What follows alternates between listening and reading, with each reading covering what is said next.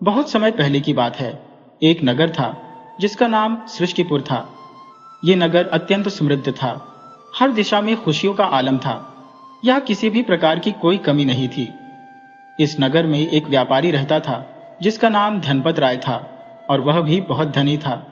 किंतु एक समय ऐसा आया जब नगर में भयंकर अकाल पड़ गया। उस अकाल के कारण नगर की स्थिति बहुत बुरी हो गई।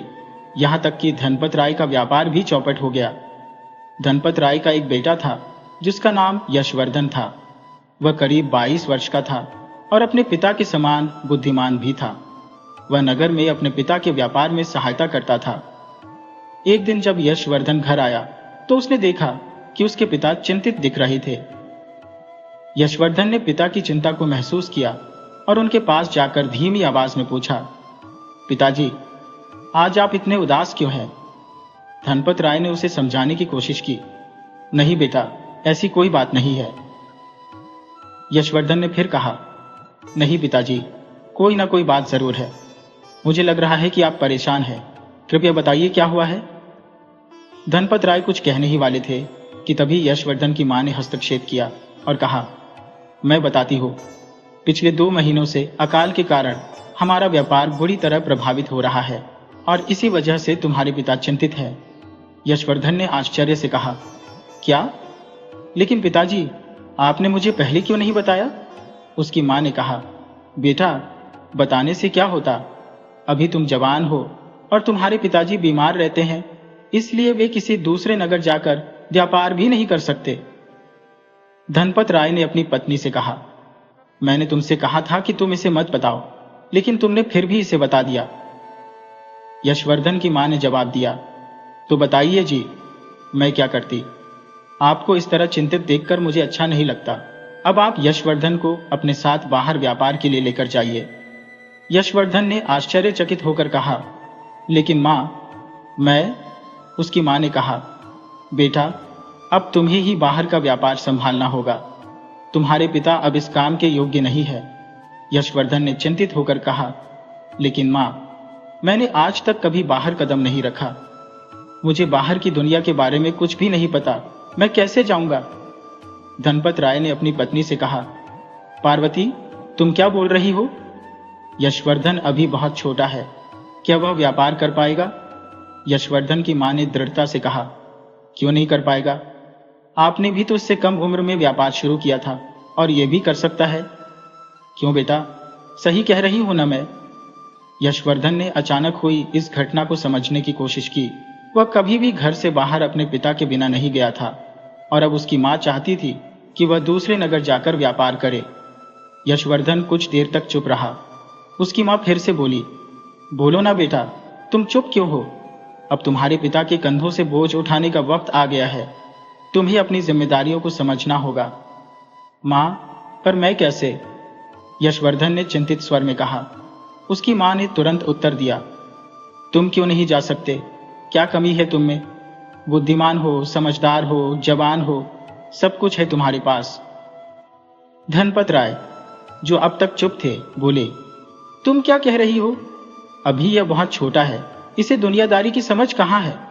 यशवर्धन ने फिर कहा, नहीं पिताजी, मां सही कह रही है। वैसे भी मुझे कभी न कभी तो घर से बाहर निकलना ही होगा व्यापार करने के लिए। धनपत राय ने चिंता भरे स्वर में कहा, पर बेटा, तुम अकेले कैसे जा पाओगे? यशवर्धन ने जवाब दिया, पिताजी, मुझे अकेला जाने की क्या जरूरत है? मैं अपने दोस्त श्री दत्त को साथ ले जाऊंगा। धनपत राय ने संदेह भरे स्वर में कहा, लेकिन बेटा, वह तो ब्राह्मण का पुत्र है, वह भला तुम्हारे साथ क्यों जाएगा? यशवर्धन ने आत्मविश्वास से कहा, पिताजी, वो सब आप मुझ पर छोड़ दीजिए, मैं उसे मना लूंगा।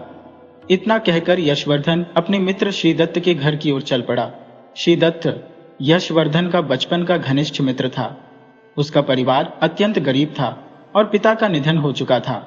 हाल ही में श्री दत्त की शादी हुई थी। यशवर्धन ने सारी बातें उसे बताई और साथ चलने का अनुरोध किया। श्री दत्त ने अचंभित होकर कहा, नहीं दोस्त, मैं तुम्हारे साथ नहीं जा सकता। यशवर्धन ने हैरान होकर पूछा, क्यों नहीं जा सकते? श्री दत्त ने मुस्कुराते हुए कहा, यह भी कोई पूछने वाली बात हुई भला? मेरी अभी अभी शादी हुई है, नई नई पंडिताइन घर आई है, और मैं तुम्हारे साथ नहीं जा सकता। यशवर्धन ने समझाते हुए कहा, देखो, यह तो 1 साल की ही बात है। इतने दिनों में शायद अगले साल बारिश हो जाए और मेरा व्यापार भी अच्छे से चलने लगे। शिदत्त ने फिर मना करते हुए कहा, नहीं दोस्त, मैं नहीं जा सकता। मेरा काम तो वैसे भी पंडितों वाला है। इस अकाल में भले ही किसी की शादी न हो, लेकिन भूख से मरने पर भी तो कर्मकांड करने होंगे। शादी न सही, मरण दिन तो होगा ही। मुझे इन्हीं कर्मकांडों से अपनी गृहस्थी चलानी है। यशवर्धन ने दुखी होकर कहा, दोस्त, शादी के बाद तो तुम बिल्कुल ही बदल गए हो। मैंने तो सोचा था कि तुम सच्चे दोस्त हो, लेकिन तुम तो स्वार्थी निकले। शिदत्त ने गंभीरता से कहा, देख भाई, जब तेरी भी नई नई शादी होगी तो तू भी ऐसा ही करेगा। इंसान इस दुनिया में अकेला आता है और अकेला ही जाता है। कोई दोस्त या दुश्मन उसके साथ नहीं जाता। यशवर्धन ने निराशा भरे स्वर में कहा, मैं तुम्हारी इन दार्शनिक बातों को सुनने नहीं आया हूं। अगर तुम मेरे साथ चलोगे तो मैं तुम्हें अपने मुनाफे में 10% का हिस्सा दूंगा। शिदत्त ने खुश होकर कहा, क्या सच में दोगे? यशवर्धन ने विश्वास दिलाते हुए कहा, हाँ, सच में दूंगा, लेकिन अगर तुम साथ चलोगे तभी, वरना नहीं। शिदत्त ने सहमति में सिर हिलाया। ठीक है, यशवर्धन ने मुस्कुराते हुए कहा, तो पक्का हो गया, पर कल ही हमें निकलना होगा। ठीक है, शिदत्त ने हामी भरी। ठीक है। यशवर्धन ने अपने दोस्त शिदत्त को साथ चलने के लिए मना लिया, लेकिन जैसे ही शिदत्त ने अपनी पत्नी को ये बातें बताई, वह नाराज हो गई। लेकिन उसने किसी तरह अपनी पत्नी को मना लिया और अगली सुबह ही यात्रा की तैयारी करने लगे। यात्रा पर निकलने से पहले शिदत्त ने यशवर्धन के सामने 3 शर्तें रख दी। अगले ही दिन यशवर्धन अपने मित्र शिदत्त को साथ लेकर यात्रा पर निकलने की तैयारी में था। उसने रास्ते के लिए खाने पीने का सामान और अन्य आवश्यक चीजें एक बड़ी थैली में रख ली। इसके अलावा उसके पिता ने उसे व्यापार के लिए 4 स्वर्ण मुद्राएं भी दी, ताकि दूसरे नगर में व्यापार करने में उसे कोई कठिनाई न हो। थोड़ी ही देर में यशवर्धन शिदत्त के घर पहुंच गया और बाहर से आवाज दी, शिदत्त, जल्दी बाहर आओ, अगर देर करोगे तो दोपहर हो जाएगी। शिदत्त ने घर के अंदर से उत्तर दिया, बस तैयार हो रहा हूं, लेकिन चलने से पहले मेरी 3 शर्तें हैं। यशवर्धन ने हैरानी से पूछा, किस तरह की शर्तें? तुम कहना क्या चाहते हो दोस्त? शिदत्त बाहर आते हुए बोला, पहली शर्त यह है कि यात्रा के दौरान तुम मुझसे कोई बातचीत नहीं करोगे। यशवर्धन ने आश्चर्यचकित होकर कहा, क्या? ये क्या बात हुई शिदत्ता? बिना बातचीत के सफर करना बेहद मुश्किल हो जाएगा। उसे शिदत्त की बातों का कोई सिरा नहीं पकड़ आ रहा था। शिदत्त ने स्पष्ट करते हुए कहा, देखो दोस्त, मुझे सफर के दौरान चुप रहना पसंद है। अगर ये शर्त मंजूर है तो मैं दूसरी शर्त बताऊं। यशवर्धन ने अधीरता से कहा, ठीक है, बताओ दूसरी शर्त क्या है? शिदत्त ने कहा, दूसरी शर्त यह है कि बाहर व्यापार करने के बाद जब हम वापस घर आएंगे तो तुम अपना खाना खुद बनाओगे, मैं खाना नहीं बनाऊंगा। यशवर्धन ने घबराते हुए कहा, क्या? पर मुझे खाना बनाना आता ही नहीं है। शिदत्त मुस्कुराते हुए बोला, तो सीख लो। यह शर्त मंजूर है या नहीं? यशवर्धन ने अनिच्छा से कहा, ठीक है, मंजूर है। शिदत्त ने हंसते हुए कहा, अब तीसरी शर्त यह है कि मेरी हर बात माननी होगी। यशवर्धन ने उलझन में पूछा, मतलब? शिदत्त ने समझाया, मतलब ये कि जो काम मैं कहूंगा वो करना होगा। मुझे बड़े भाई की तरह मानना होगा और कभी कभी मेरे पैर भी दबाने होंगे। यशवर्धन ने ताज्जुब से कहा, अरे, मैं ये नहीं कर सकता, मैं किसी के पैर नहीं दबा सकता। शिदत्त ने थोड़ी सख्ती से कहा, अगर नहीं दबा सकते तो फिर मैं नहीं जाऊंगा। यशवर्धन ने आखिरकार हार मानते हुए कहा, ठीक है, दबा दूंगा। शिदत्त ने खुशी से कहा, तो चलो अब निकलते हैं। उसने अपनी पत्नी को अलविदा कहा और अपनी मां के पैर छुए। फिर दोनों दोस्त यात्रा पर निकल पड़े। दोनों बिना कोई बात किए साथ चलते जा रहे थे। यशवर्धन का शरीर थोड़ा भारी था, जिससे उसे चलने में कठिनाई हो रही थी। दूसरी ओर शिदत्त का शरीर पतला और मजबूत था और उसे पैदल चलने की आदत भी थी। कुछ ही दूर चले होंगे कि यशवर्धन ने थकान से चूर होकर कहा, दोस्त, जरा आराम कर ले, मैं बहुत थक गया हूं। शिदत्त ने कहा, नहीं दोस्त, हम रुक नहीं सकते। थोड़ी देर में दोपहर होने वाली है, तब रुकेंगे। अभी रुकने का कोई फायदा नहीं। यशवर्धन ने निराशा से कहा, दोस्त, मैं सच में बहुत थक चुका हूं, जरा सा आराम कर लेते हैं। श्रीदत्त ने उसे याद दिलाते हुए कहा, याद है मैंने क्या कहा था? तुम्हें मेरी हर बात माननी होगी। अगर नहीं मानी तो मैं अभी वापस चला जाऊंगा। यशवर्धन ने भारी मन से कहा, ठीक है, जैसा तुम कहो। यशवर्धन के लिए अब चलना बेहद कठिन हो गया था, लेकिन वह अपनी मजबूरी में कुछ कर भी नहीं सकता था। श्रीदत्त, जो ब्राह्मण का पुत्र था, यात्रा के दौरान अपनी पत्नी की याद में खो गया, परंतु उसके लिए 1 साल यशवर्धन के साथ बिताना अनिवार्य था। यह उसके भविष्य के आरामदायक जीवन का टिकट था, क्योंकि उसके पास सीमित आवश्यकताएं थी। यशवर्धन, जो कुछ ही देर में थकान से चूर हो गया था, श्रीदत्त को पुकार कर बोला, दोस्त, अगर तुम रुक नहीं सकते तो कम से कम मुझे कोई कहानी सुना दो। श्रीदत्त ने गंभीरता से कहा, नहीं, मैंने अपनी पहली शर्त में क्या कहा था, याद है ना? कोई बातचीत नहीं। यशवर्धन ने फिर से कहा, देखो दोस्त, ऐसे चुपचाप चलने में बहुत मुश्किल हो रही है। तुम कुछ सुनाओ, मुझे आसानी होगी। श्रीदत्त ने कठोरता से जवाब दिया, मैंने तुम्हें साफ साफ कहा था, मैं कोई कहानी नहीं सुनाऊंगा। क्या तुम्हें मेरी बात सुनाई नहीं देती? यशवर्धन ने समझौते की पेशकश करते हुए कहा, अगर मैं व्यापार के हिस्से में तुम्हें 20 की जगह 25% दूं, तब तो सुनाओगे? श्रीदत्त ने ठंडे स्वर में कहा, नहीं, फिर भी नहीं सुनाऊंगा। यशवर्धन हताश हो गया। यह क्या बात हुई दोस्त? श्रीदत्त ने सख्ती से कहा, यही बात है, अगर चलना है तो ऐसे ही चलो। यशवर्धन निराश होकर सोचने लगा कि उसका दोस्त इतना कठोर कैसे हो सकता है। अचानक उसे एक उपाय सूझा। उसने अपनी पतलून की जेब में हाथ डाला और मुस्कुराते हुए बोला, अच्छा दोस्त, अगर मैं तुम्हें एक सोने का सिक्का दूं, तो क्या तुम मेरा मनोरंजन करोगे? श्रीदत्त ने हैरानी से कहा, तुम मुझे क्या समझते हो? मैं भाड़ में नहीं लगता जो तुम्हारा मनोरंजन करूं। यशवर्धन ने सफाई देते हुए कहा, अरे नहीं, मेरा मतलब वैसा नहीं था। श्रीदत्त ने उसे चेतावनी देते हुए कहा, फिर क्या मतलब था? अगर चुपचाप चल सकते हो तो चलो, वरना मैं वापस चला जाऊंगा। यशवर्धन ने जल्दी से कहा, नहीं दोस्त, ऐसा मत करो, मैं तुम्हारी हर बात मानूंगा। वे दोनों बिना कुछ बोले फिर से चलने लगे। रास्ते में श्रीदत्त को फिर से अपनी पत्नी की याद आने लगी, जिससे वह थोड़ा उदास हो गया। उधर यशवर्धन थकान से परेशान होकर फिर से कहने लगा, श्रीदत्त, कोई कहानी सुना दो, अब मुझसे और नहीं चला जा रहा। श्रीदत्त ने हल्की मुस्कान के साथ कहा, ठीक है, सुनाऊंगा, लेकिन आज मुझे कोई कहानी याद नहीं आ रही। मैं सिर्फ एक छोटा सा कथन कह सकता हूं, लेकिन वो कथन तुम्हारे सोने के सिक्के से भी कीमती है।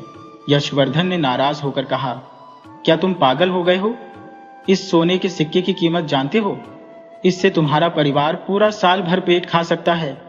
श्रीदत्त ने कहा, अगर तुम्हें मेरा कथन सुनना है तो पहले सोने का सिक्का दो। यशवर्धन ने असमंजस में पड़कर कहा, ऐसा क्यों कर रहे हो दोस्त? सुना दो ना। श्रीदत्त ने अपने रुख पर कायम रहते हुए कहा, मैंने कहा ना, पहले सोने का सिक्का दो, फिर सुनाऊंगा। यह सुनकर यशवर्धन कुछ देर के लिए चुप हो गया। उसे एहसास हो गया कि बिना सिक्के के ब्राह्मण पुत्र उससे कुछ भी नहीं कहेगा। उसने अनमने मन से अपनी पतलून से सोने का सिक्का निकाला और श्रीदत्त की ओर बढ़ाते हुए बोला, यह लो, अब सुनाओ।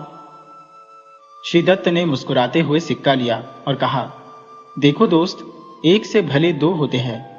अगर कभी अकेला महसूस हो तो किसी साथी की तलाश करना। वह साथी कोई भी हो सकता है, इंसान, जानवर या कोई निर्जीव वस्तु, जैसे एक छड़ी। अब चलो, आगे बढ़ते हैं। श्रीदत्त के यह कहते ही यशवर्धन के मन में गुस्सा उमड़ पड़ा। उसने इतने कीमती सोने के सिक्के के बदले में ऐसी छोटी सी बात सुनी थी, लेकिन अब वह कुछ नहीं कर सकता था। सिक्का तो ब्राह्मण के पुत्र के हाथ में जा चुका था।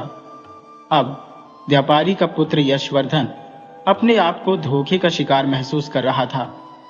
जैसे ही सोने का सिक्का ब्राह्मण के पुत्र श्रीदत्त के हाथ में आया, उसके मन में लालच की आग और भड़क उठी। यशवर्धन को श्रीदत्त पर बेहद गुस्सा आ रहा था, क्योंकि उसने कोई मनोरंजक कहानी सुनाने के बजाय एक मामूली सा कथन कह दिया। उसे जिस मनोरंजन की दरकार थी वह तो उसे मिला नहीं। और ऊपर से सोने का सिक्का भी कमवाना पड़ा। दोनों दोस्त बिना रुके लगातार आगे बढ़ते जा रहे थे। श्रीदत्त तेज कदमों से आगे बढ़ रहा था, जबकि यशवर्धन को चलने में खासी तकलीफ हो रही थी। कुछ दूर और चलने के बाद यशवर्धन ने एक बार फिर से कहा, दोस्त, कोई कहानी सुना दो, सफर आसानी से कट जाएगा। श्रीदत्त ने शांत स्वर में जवाब दिया, मैंने पहले ही कहा था, मेरे पास केवल कुछ कथन है जो कि कहानी से भी ज्यादा अनमोल है और तुम्हारे जीवन में काम आएंगे। अगर तुम चाहो तो मैं एक और सुनाऊं। यशवर्धन ने थोड़ी झुंझलाहट में कहा, सुनाओ यार। श्रीदत्त ने निस्वार्थ मुस्कान के साथ कहा, हाँ क्यों नहीं, लेकिन बदले में एक और सोने का सिक्का लगेगा। अगर मंजूर है तो बोलो। यशवर्धन बोला, नहीं नहीं, मुझे मंजूर नहीं है। श्रीदत्त ने कहा, ठीक है, अगर मंजूर नहीं है तो चलो ऐसे ही। यशवर्धन के मन में खींच उठी, परंतु उसने खुद को संभालते हुए आगे बढ़ने का फैसला किया। वह फिर बोला, दोस्त, तुम बहुत तकलीफ दे रहे हो, एक किस्सा सुना दो ना। श्रीदत्त ने कहा, देखो दोस्त, मैं एक गरीब आदमी हूं। जब अकाल पड़ता है तो क्या तुम्हारे पिताजी धान का वही मूल्य रखते हैं जो बारिश वाले साल में रखते हैं? यशवर्धन ने चौंक कर कहा, यह क्या बात हुई? तुम्हारी कहानी का हमारे व्यवसाय से क्या लेना देना है? श्रीदत्त ने समझाया, देखो दोस्त, जब तुम्हारे पिताजी अकाल वाले साल धान का मूल्य कम नहीं करते तो फिर मैं अपने कथनों का मूल्य कम क्यों करूं?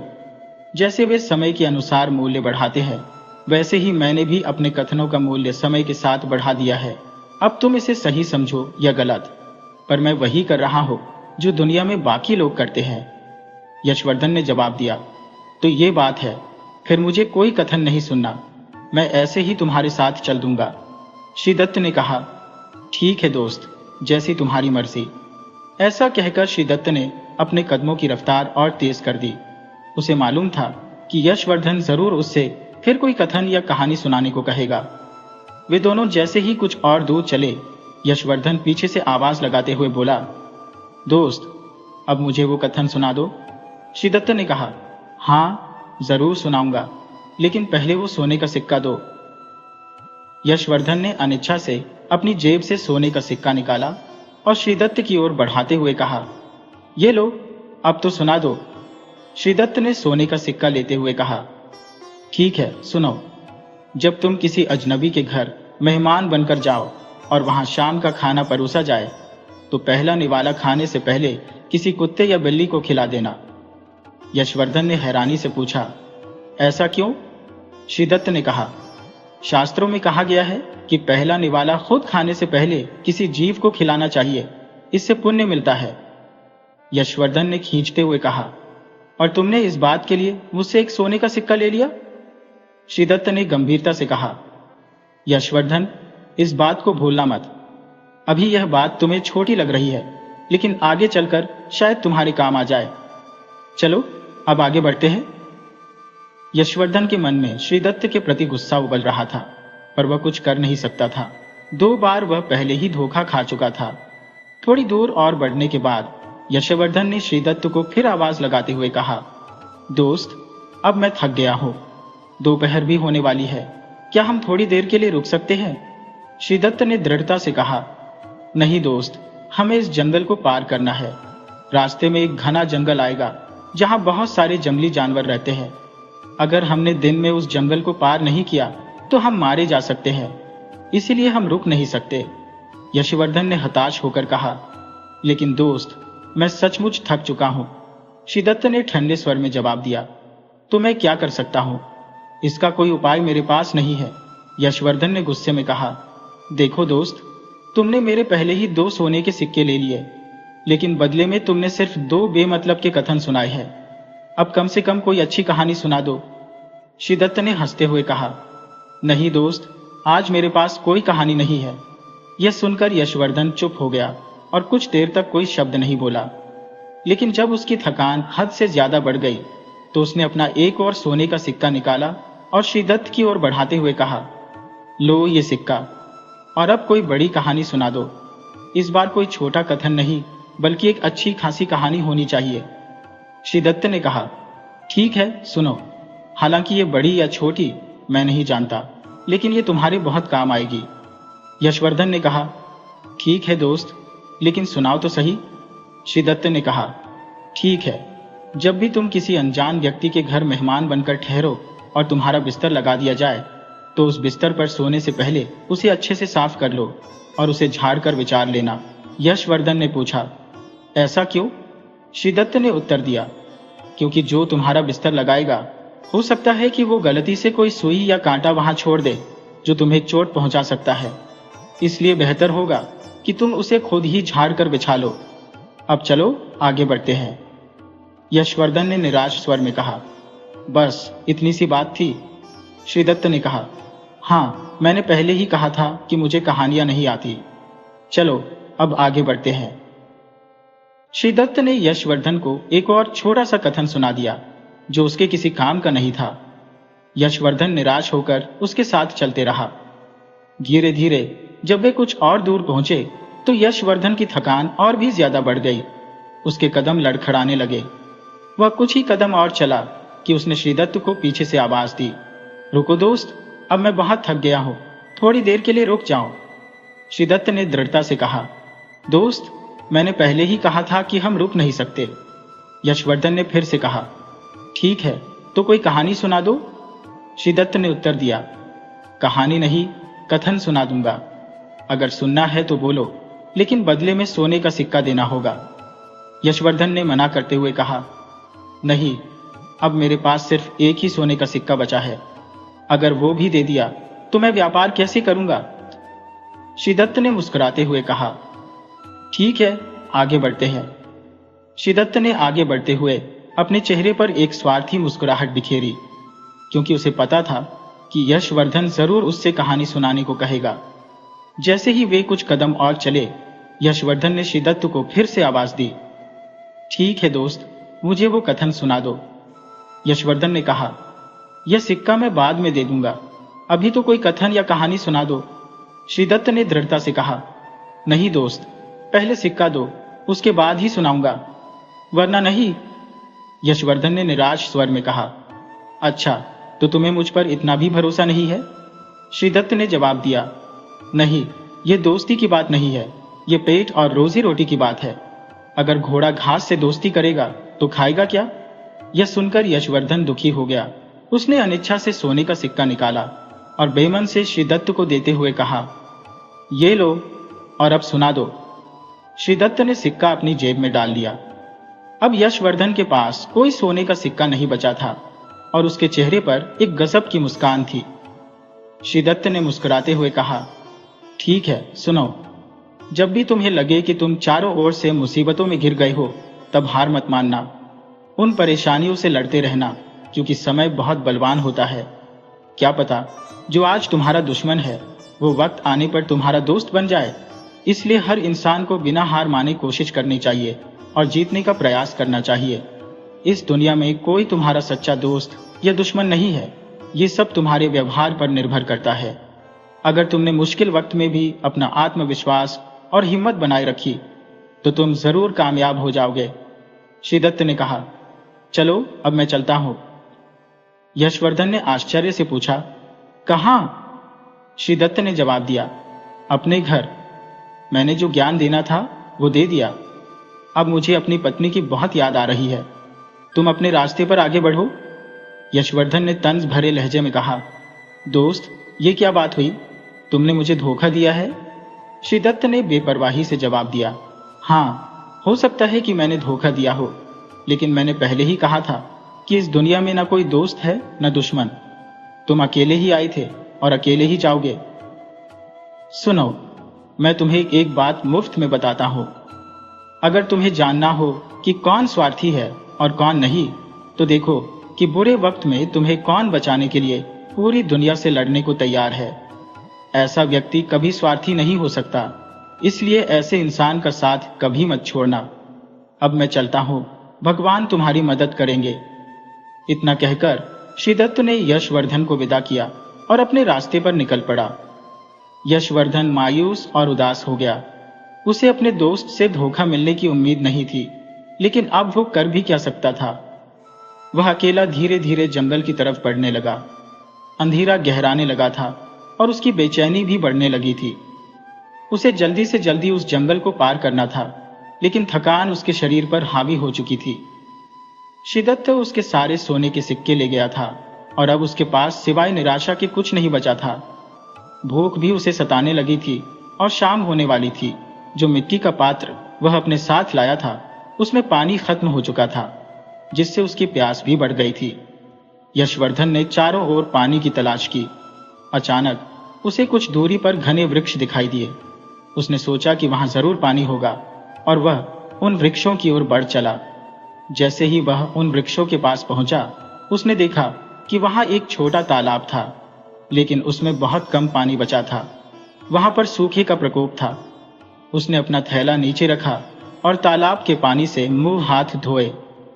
फिर उसने अपनी मां के हाथ का बना खाना खाया।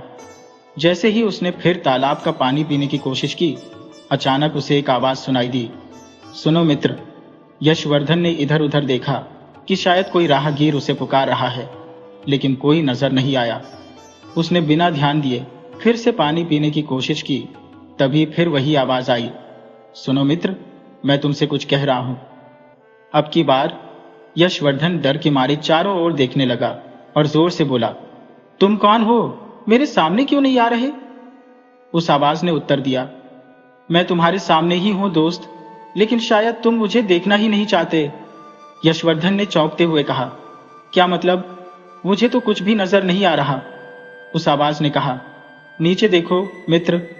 यशवर्धन ने डरते हुए नीचे की तरफ देखा तो उसे एक कछुआ पानी से बाहर आता हुआ दिखाई दिया। उसने घबराते हुए पूछा, तुम कौन हो? क्या तुम कोई यक्ष हो? कछुआ हंसते हुए बोला, नहीं दोस्त, मैं न कोई गंधर्व हूं न यक्ष, मैं तो बस एक साधारण कछुआ हूं। क्या तुम मेरी मदद करोगे? यशवर्धन ने जवाब दिया, कैसी मदद? मैं तुम्हारी क्या मदद कर सकता हूं? मैं तुम्हारी कोई मदद नहीं करूंगा। फिर बिना और कुछ कहे यशवर्धन वहां से जाने लगा, लेकिन कछुआ फिर से पीछे से आवाज देकर बोला, सुनो मित्र, मेरी बात तो सुनो। यहां सूखा पड़ा है दोस्त, अगर तुम मुझे यहां छोड़ दोगे तो मैं बिना पानी के मर जाऊंगा। कृपया मुझे अपने साथ ले चलो। यहां से करीब 100 मील दूर एक बड़ी झील है, तुम मुझे वहां छोड़ देना, मैं जीवन भर तुम्हारा आभारी रहूंगा। यशवर्धन ने ठंडे स्वर में कहा, नहीं, मैं इस मामले में तुम्हारी कोई मदद नहीं कर सकता। लेकिन जैसे ही उसने कुछ कदम और बढ़ाए, उसे अपने दोस्त का पहला कथन याद आ गया, एक के भले दो। उसने रुककर सोचा और फिर कछुए के पास लौटकर डरते हुए पूछा, अच्छा, तुम सच में कछुआ ही हो ना? कछुआ हंसकर बोला, हाँ दोस्त, मैं कछुआ ही हूं, न कोई भूत हूं न पिशाच। यशवर्धन ने फिर पूछा, तो फिर तुम इंसानों की भाषा में कैसे बात कर सकते हो? कछुआ बोला, वह सब मैं तुम्हें रास्ते में बताऊंगा, लेकिन क्या तुम मुझे उस झील तक छोड़ दोगे? यशवर्धन ने कहा, ठीक है, छोड़ दूंगा, लेकिन वादा करो तुम मुझे धोखा नहीं दोगे। कछुआ बोला, अरे मित्र, मैंने तुम्हें अपना सच्चा साथी माना है, अगर तुम मुझे मौत से बचा रहे हो तो भला मैं तुम्हें धोखा क्यों दूंगा? यशवर्धन ने थोड़ा सकपकाते हुए कहा, ठीक है, लेकिन तुम मेरे साथ कैसे चलोगे? कछुआ बोला, इसमें कैसे का क्या मतलब? मुझे इस थैली में डाल लो और उसे अपने कंधे पर टांग लो। यशवर्धन ने उसकी बात मानते हुए कछुए को उठाया और उसे थैली में डाल दिया। फिर उसने अपने साथ लाए मिट्टी के पात्र में पानी भरा, ताकि जब भी रास्ते में प्यास लगे तो वह पानी पी सके। इसके बाद वह कछुए के साथ अपनी मंजिल की ओर बढ़ने लगा। धीरे धीरे सूरज ढल रहा था, लेकिन यशवर्धन अब तक जंगल से बाहर नहीं निकला था। इस कारण वह बेचैन हो रहा था और उसने धीरे से कछुए से पूछा, अच्छा, तुमने यह तो बताया ही नहीं कि तुम इंसानों की भाषा कैसे बोल लेते हो? कछुआ मुस्कुराते हुए बोला, यह तो एक वरदान है। यशवर्धन ने उत्सुकता से पूछा, मतलब? कछुआ बोला, करीब 5000 वर्ष पहले एक देवता ने इस तालाब में एक गरीब ब्राह्मण का रूप धारण किया और हमारे पूर्वजों की सेवा से प्रसन्न होकर हमें यह वरदान दिया कि हम इंसानी भाषा बोल सकें और राहगीरों का मार्गदर्शन कर सकें। यशवर्धन ने हंसते हुए कहा, ओह, तो यह बात है, तुमने मुझे एकदम से डरा ही दिया था। कछुआ भी हंसते हुए बोला, कोई बात नहीं मित्र, अब तो तुम नहीं डर रहे हो, है ना? यशवर्धन ने मजाकिया लहजे में कहा, अब किस बात का डर? अगर तुमने ज्यादा बकवास की तो मैं तुम्हारी गर्दन मरोड़ दूंगा।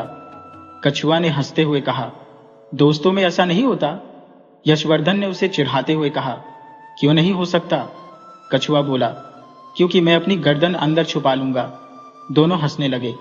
फिर यशवर्धन ने कहा, अगर मैंने तुम्हें साथ नहीं लिया होता तो तुम 1 महीने में स्वर्ग सिधार जाते। अब बताओ कौन सा रास्ता सबसे सुरक्षित है, वरना मैं यहां मारा जाऊंगा। कछुआ बोला, हाँ बताता हूं। यशवर्धन कछुए के बताए हुए रास्ते पर आगे बढ़ रहा था। दोनों काफी दूर तक आ गए थे और अब सूरज डूबने ही वाला था। कछुआ और यशवर्धन दोनों ही चिंतित हो रहे थे, क्योंकि अब तक उन्होंने जंगल पार नहीं किया था। जिस जगह वे थे वहां जंगली जानवरों की आवाजें सुनाई दे रही थी। यशवर्धन कछुए के साथ बातें करते हुए आगे बढ़ता जा रहा था। तभी उसे किसी चीते की दहाड़ सुनाई दी और डर के मारे यशवर्धन के पैर जैसे जमीन से चिपक गए हो। उसका हाल बुरा हो गया था।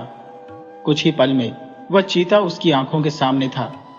यशवर्धन का दिल दहशत से धड़कने लगा, क्योंकि आज चीते को उसका शिकार मिल गया था। कछुआ तुरंत बोला, मित्र, अब जैसा मैं कहूं वैसा ही करो। यशवर्धन ने घबराते हुए कहा, क्या करूं? कछुआ बोला, जल्दी से मुझे इस चीते की तरफ फेंक दो और दौड़कर उस पेड़ पर चढ़ जाओ। यशवर्धन ने विरोध किया, नहीं, मैं तुम्हें इस जानवर के सामने नहीं फेंक सकता, वह तुम्हें खा जाएगा।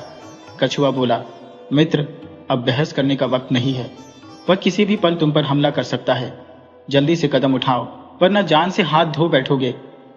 यशवर्धन ने हिचकते हुए कहा, लेकिन मैं तुम्हें इस तरह से कैसे फेंक सकता हूं?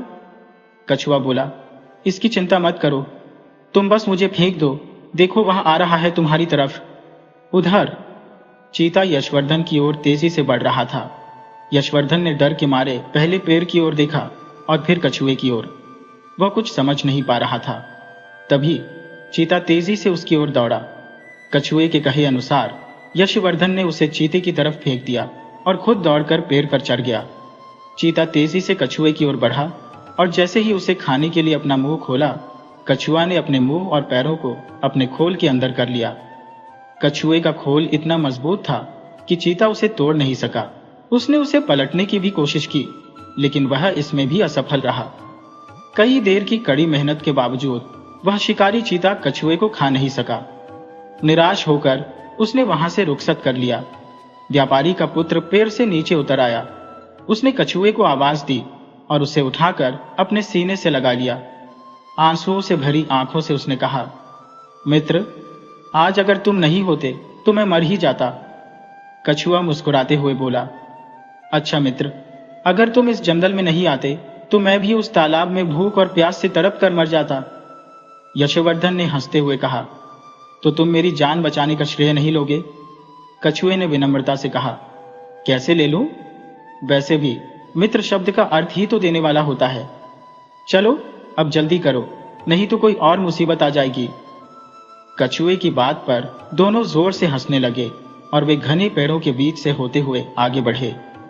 जल्द ही अंधेरा छा गया, इसलिए उन्होंने बरगद के पेड़ के ऊपर रुकना बेहतर समझा। अगले दिन सुबह जल्दी उठकर वे पूरे दिन बातचीत करते हुए चलते रहे। शाम होते होते वे उस झील के किनारे पहुंच गए जहां कछुए को ठहरना था। चारों ओर हरियाली फैली हुई थी और बारिश भी जमकर हो रही थी। वो स्थान बेहद समृद्ध दिख रहा था। झील बहुत ही सुंदर थी और उसमें कमल के फूल खिले हुए थे। व्यापारी के पुत्र ने उदासी भरे मन से कछुए को नीचे उतारते हुए कहा, चलो मित्र, अब तुम यहीं रह सकते हो, मुझे अब आगे जाना होगा। कछुए ने भी उदास होकर कहा, यह तो मुझे पता था दोस्त कि अब हमें अलग होना पड़ेगा, लेकिन मैं तुम्हें कुछ देना चाहता हूं। यशवर्धन ने पूछा, क्या? कछुआ बोला, इसके लिए थोड़ा इंतजार करना होगा। तुम थोड़ी देर विश्राम करो, मैं तुम्हारे लिए कुछ लेकर आता हूं। यशवर्धन ने सहमति में सिर हिलाया। कछुआ झील के भीतर चला गया और जब यशवर्धन थोड़ा विश्राम कर चुका था, तब कछुआ झील के अंदर से बाहर आया। उसके मुंह में कुछ सफेद चमकदार वस्तुएं थी। जब व्यापारी का पुत्र कछुए के पास पहुंचा तो कछुए ने मुंह खोलकर बाहर 5 मोती उगले। यशवर्धन ने आश्चर्य से उन मोतियों को देखा। कछुआ बोला, क्या हुआ मित्र? ये मोती है जो तुम्हारे 4 सोने की मोहरों से भी अधिक कीमती है। तुम इनकी मदद से व्यापार कर सकोगे? यशवर्धन ने चिंता जताते हुए कहा। लेकिन इन्हें सुरक्षित कैसे रखूं? कछुआ बोला, यहाँ से 5 किलोमीटर दूर एक गांव है। वह गांव सभ्य लोगों का नहीं है, लेकिन वही एक ठग का घर है। गांव के भीतर या बाहर कहीं भी तुम्हें यह ठग मिल सकता है। वह किसी भी हद तक जा सकता है तुम्हारे मोती छीनने के लिए, इसलिए इन्हें किसी भी तरह से सुरक्षित रखना होगा। यशवर्धन ने पूछा, लेकिन कैसे? कछुआ सुझाव देते हुए बोला, एक काम करो, अपनी जगह पर एक चीरा लगा लो और इन मोतियों को भीतर रखकर पट्टी बांध लो। यशवर्धन ने कछुए की बात मानते हुए अपनी जगह पर चीरा लगाया। थोड़ा रक्त भी बहा, लेकिन किसी भी तरह उस ठग परिवार से बचना जरूरी था। इसके बाद यशवर्धन ने कछुए को अलविदा कहा और उसकी आगे की यात्रा के लिए शुभकामनाएं दी। कछुए ने उसे यह भी बताया कि यदि वह उस गांव से सकुशल निकल जाए तो आगे एक सुरक्षित जगह मिल जाएगी जहां वह आसानी से रह सकेगा। यशवर्धन ने कछुए की सभी बातें ध्यान से सुनी और गांठ बांध ली। रास्ते में चलते चलते उसे अपने ब्राह्मण मित्र का पहला कथन याद आया, एक से भले दो। आज यह बात सच साबित हो गई थी। कछुए ने न केवल उसे चीते से बचाया, बल्कि वे कीमती मोती भी दी। आगे की यात्रा के लिए जरूरी सलाह भी दी। जल्द ही वह उस गांव में प्रवेश कर गया। गांव में प्रवेश करते ही उसे एक बूढ़ा व्यक्ति घर के बाहर चारपाई पर बैठा हुआ दिखाई दिया। वह बूढ़ा यशवर्धन की ओर जोर से आवाज देकर कहने लगा, अरे बेटा, तुम तो राहगीर लगते हो। शाम हो गई है, रात होने वाली है, हमारे घर ठहर जाओ। यशवर्धन उसकी बातों से प्रभावित हो गया। वह बहुत थका हुआ था और उसके घर ठहरना चाहता था, लेकिन तभी उसे कछुए की कही बात याद आ गई। इस गांव में एक घर ठगों का है, वे किसी भी हद तक जा सकते हैं, इसलिए सावधान रहना। यशवर्धन ने बिना रुके आगे बढ़ने का फैसला किया। जैसे ही उसने कुछ कदम आगे बढ़ाए, बूढ़ा फिर से आवाज देता हुआ बोला, अरे बेटा, क्या सोच रहे हो? रात भर हमारे यहाँ रुक जाओ, तुम भले घर के लगते हो, इसलिए कह रहा हो। यशवर्धन ने कहा, नहीं चाचा जी, मुझे अभी बहुत आगे जाना है, इसलिए मैं नहीं रुक सकता। बूढ़े व्यक्ति ने कहा, अरे बेटा, चाहे जितना भी आगे जाने की कोशिश कर लो, लेकिन तुम जा नहीं पाओगे। यशवर्धन ने चौंक कर पूछा, क्यों चाचा जी, ऐसा क्यों कह रहे हैं? बूढ़ा व्यक्ति मुस्कुराते हुए बोला, बेटा, इस गांव के आखिरी छोर पर एक ठगों का घर है। वो इस राज्य के मशहूर ठग हैं और किसी भी राहगीर को नहीं छोड़ते। फिर उसने सलाह दी, तुम्हारे लिए सबसे बेहतर यही होगा कि रात भर हमारे यहाँ ठहर जाओ। जैसे ही सुबह होगी, मैं तुम्हें घोड़े पर बिठाकर गांव के बाहर तक छोड़ दूंगा। यशवर्धन ने संकोच करते हुए कहा, पर चाचा जी। इस पर बूढ़ा व्यक्ति बोला, पर कुछ नहीं बेटा, मेरी बात मानो, रात भर यहीं ठहर जाओ। तुम मुझे भोले भाले लड़के लगते हो, इसलिए कह रहा हूं, वरना मैं अपने घर में किसी को ठहरने नहीं देता हूं।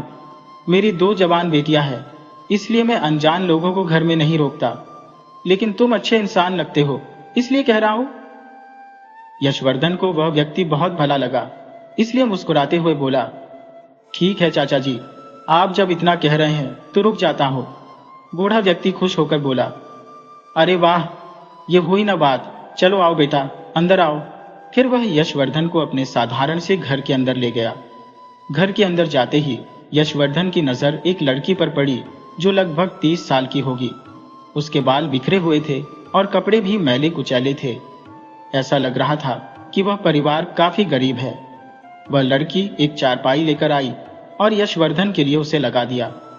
बूढ़ा व्यक्ति हंसते हुए बोला, ये मेरी बड़ी बेटी है, अनंत प्रिया। 30 साल की हो चुकी है बेटा, लेकिन अब तक उसकी शादी नहीं हो पाई है। क्या करूं बेटा, बेटी का बाप हो, लेकिन लोगों को बेटी से ज्यादा सोने की चाहत होती है। यशवर्धन उस लड़की को देखकर उदास हो गया। लड़की कुछ देर बाद यशवर्धन के लिए पानी का गिलास लेकर आई। पानी पीने के बाद यशवर्धन ने धीरे से पूछा, चाचा जी, आप तो कह रहे थे आपकी 2 बेटियां हैं, छोटी वाली कहाँ है? बूढ़ा व्यक्ति बोला, वह आज शाम रामलीला के नाटक के लिए तैयार हो रही है। यशवर्धन ने पूछा, मतलब? बूढ़ा व्यक्ति हंसते हुए बोला, मतलब यह कि मेरी छोटी बेटी गांव की रामलीला में सीता का किरदार निभाती है, तो वह उसकी तैयारी कर रही है, इसीलिए वह ज्यादा बातचीत नहीं करती। तुम एक काम करो, पहले जाओ और स्नान कराओ। तब तक मेरी बेटी हमारे लिए खाना बना लेगी। यशवर्धन ने सहमति जताते हुए कहा। ठीक है चाचा जी। बूढ़ा व्यक्ति यशवर्धन के लिए स्नान घर में पानी रखवा देता है और अपना तौलिया भी दे देता है। यशवर्धन अपने कपड़े निकालकर स्नान घर में नहाने चला जाता है। स्नान करके वह वापस आकर चारपाई पर आराम से बैठ जाता है। कुछ ही देर में बूढ़ा व्यक्ति पानी का लोटा और एक बड़ी सी थाली लेकर आता है, जिसमें खीर, हलवा, पूरी और आलू की सब्जी थी। वह थाली यशवर्धन के सामने रख देता है। यशवर्धन को बहुत जोर की भूख लगी हुई थी। बूढ़ा व्यक्ति कहता है, अच्छा बेटा, तुम खाओ, जब तक मैं कुछ काम करके आता हूं, और अगर कुछ चाहिए हो तो बता देना। यशवर्धन थाली अपनी ओर खिसकाता है और हलवा और खीर के साथ मिलाकर पहला निवाला लेने ही वाला था कि उसे ब्राह्मण मित्र का कहा हुआ वाक्य याद आ गया। उसने कहा था, जब भी बाहर खाना खाओ तो पहला निवाला खुद खाने के बजाय किसी कुत्ते या बिल्ली को खिला देना चाहिए। इससे पुण्य मिलता है और धन की कभी कमी नहीं होती। यशवर्धन ने तुरंत इधर उधर नजर दौड़ाई और देखा कि एक बिल्ली उसके पास बैठी थी। उसने निवाला उठाकर बिल्ली की तरफ फेंक दिया। बिल्ली ने झट से निवाला खाया, लेकिन जैसे ही यशवर्धन अगला निवाला अपने मुंह में लेने लगा, वह बिल्ली तड़पने लगी और मर गई। यशवर्धन का दिल दहल गया और वह डर के मारे कांपने लगा। उसे अब समझ में आ गया कि वह घर किसी साधारण व्यक्ति का नहीं, बल्कि एक ठग का है। ये वही ठग है जिसके बारे में कछुए ने उसे आगाह किया था। ठग और उसकी बेटी को शायद उसकी मोतियों के बारे में पता चल गया था, इसलिए उन्होंने उसके खाने में जहर मिला दिया था। अब यशवर्धन एक बड़ी मुसीबत में फंस गया था। कछुए के अनुसार उस घर से बाहर निकलना न केवल कठिन था, बल्कि असंभव भी था। भय के मारे यशवर्धन की स्थिति बुरी तरह से जर्जर हो गई। उसने कांपते हाथों से बिल्ली को उठाया और दीवार के पार फेंक दिया। खाने की थाली को भी उसने दीवार के दूसरी ओर उछाल दिया। फिर उसने अपने हाथ धोए और पानी पीकर एक जोर की नकली डकार ली, ताकि ठग को लगे कि उसने भोजन कर लिया है। यशवर्धन अब सोच रहा था कि कोई भी मुसीबत कभी भी आ सकती है, लेकिन वह नहीं जानता था कि यह मुसीबत कैसी होगी, जवानी की या वृद्धावस्था की या फिर शांतिपूर्वक बैठने की। इधर बूढ़ा ठग और उसकी 30 वर्षीय बेटी उसके मरने का इंतजार कर रहे थे। ठग ने गंभीरता से पूछा, बेटी, तुमने कहा था कि तुमने खाने में बहुत सारा जहर मिला दिया है, लेकिन वह मरा नहीं, इसका क्या कारण है? अनंत प्रिया ने कहा, पिताजी, मैंने तो जहर डाला था, लेकिन वह बेजान क्यों नहीं हुआ? लगता है वह तो किसी खास मिट्टी का बना है जो इतना जहर भी सहन कर गया। ठग ने चिंता जताई, बेटा ध्यान से देखो, क्या तुमने वास्तव में जहर डाला था? अनंत प्रिया ने जवाब दिया, पिताजी, मैंने तो जहर डाला था, अगर यकीन नहीं हो तो आप खुद खाकर देख ले। ठग गुस्से में बोला, तुम पागल हो क्या? अपने पिता को मरे हुए देखना चाहती हो? चलो मैं देखता हूं कि वह क्यों नहीं मरा, तब तक तुम दूसरी योजना पर काम करो।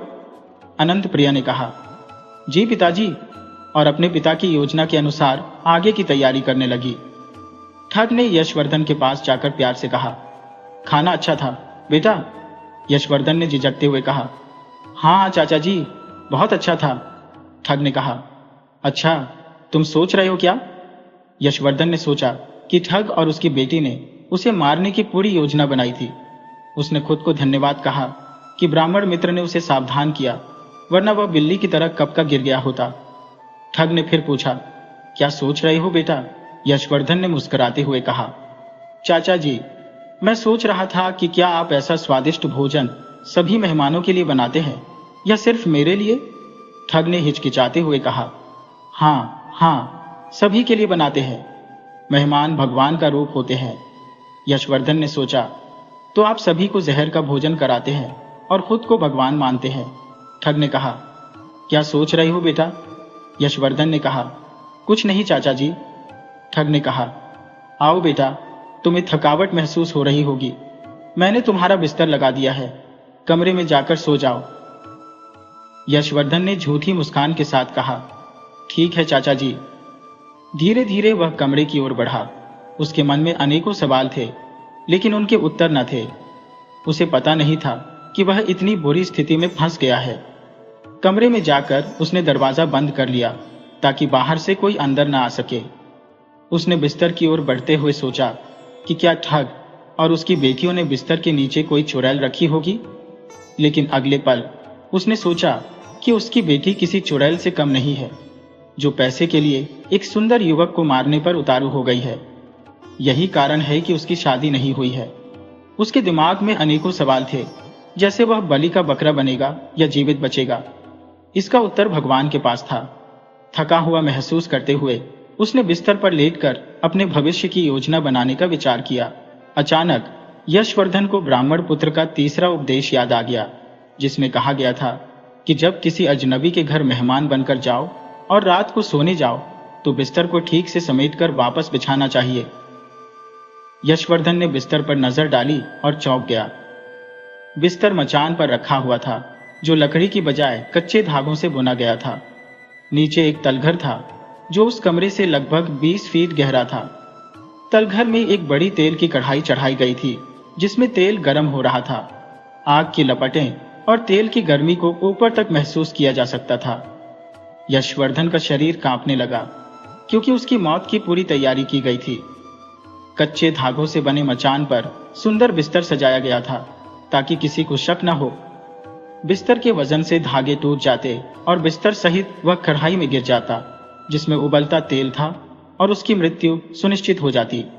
लेकिन ब्राह्मण के उपदेश ने उसे बचा लिया। उसने पसीना पोंछा और बिस्तर को उसी तरह से बिछा दिया जैसे पहले था। अब वह गहरे निराशा के अंधकार में डूब गया था। उसे पता था कि ठग के घर से बाहर निकलना सिर्फ कठिन ही नहीं, बल्कि असंभव था। लेकिन उसे किसी भी तरह वहां से बाहर निकलना था। उसने चारों ओर नजर दौड़ाई।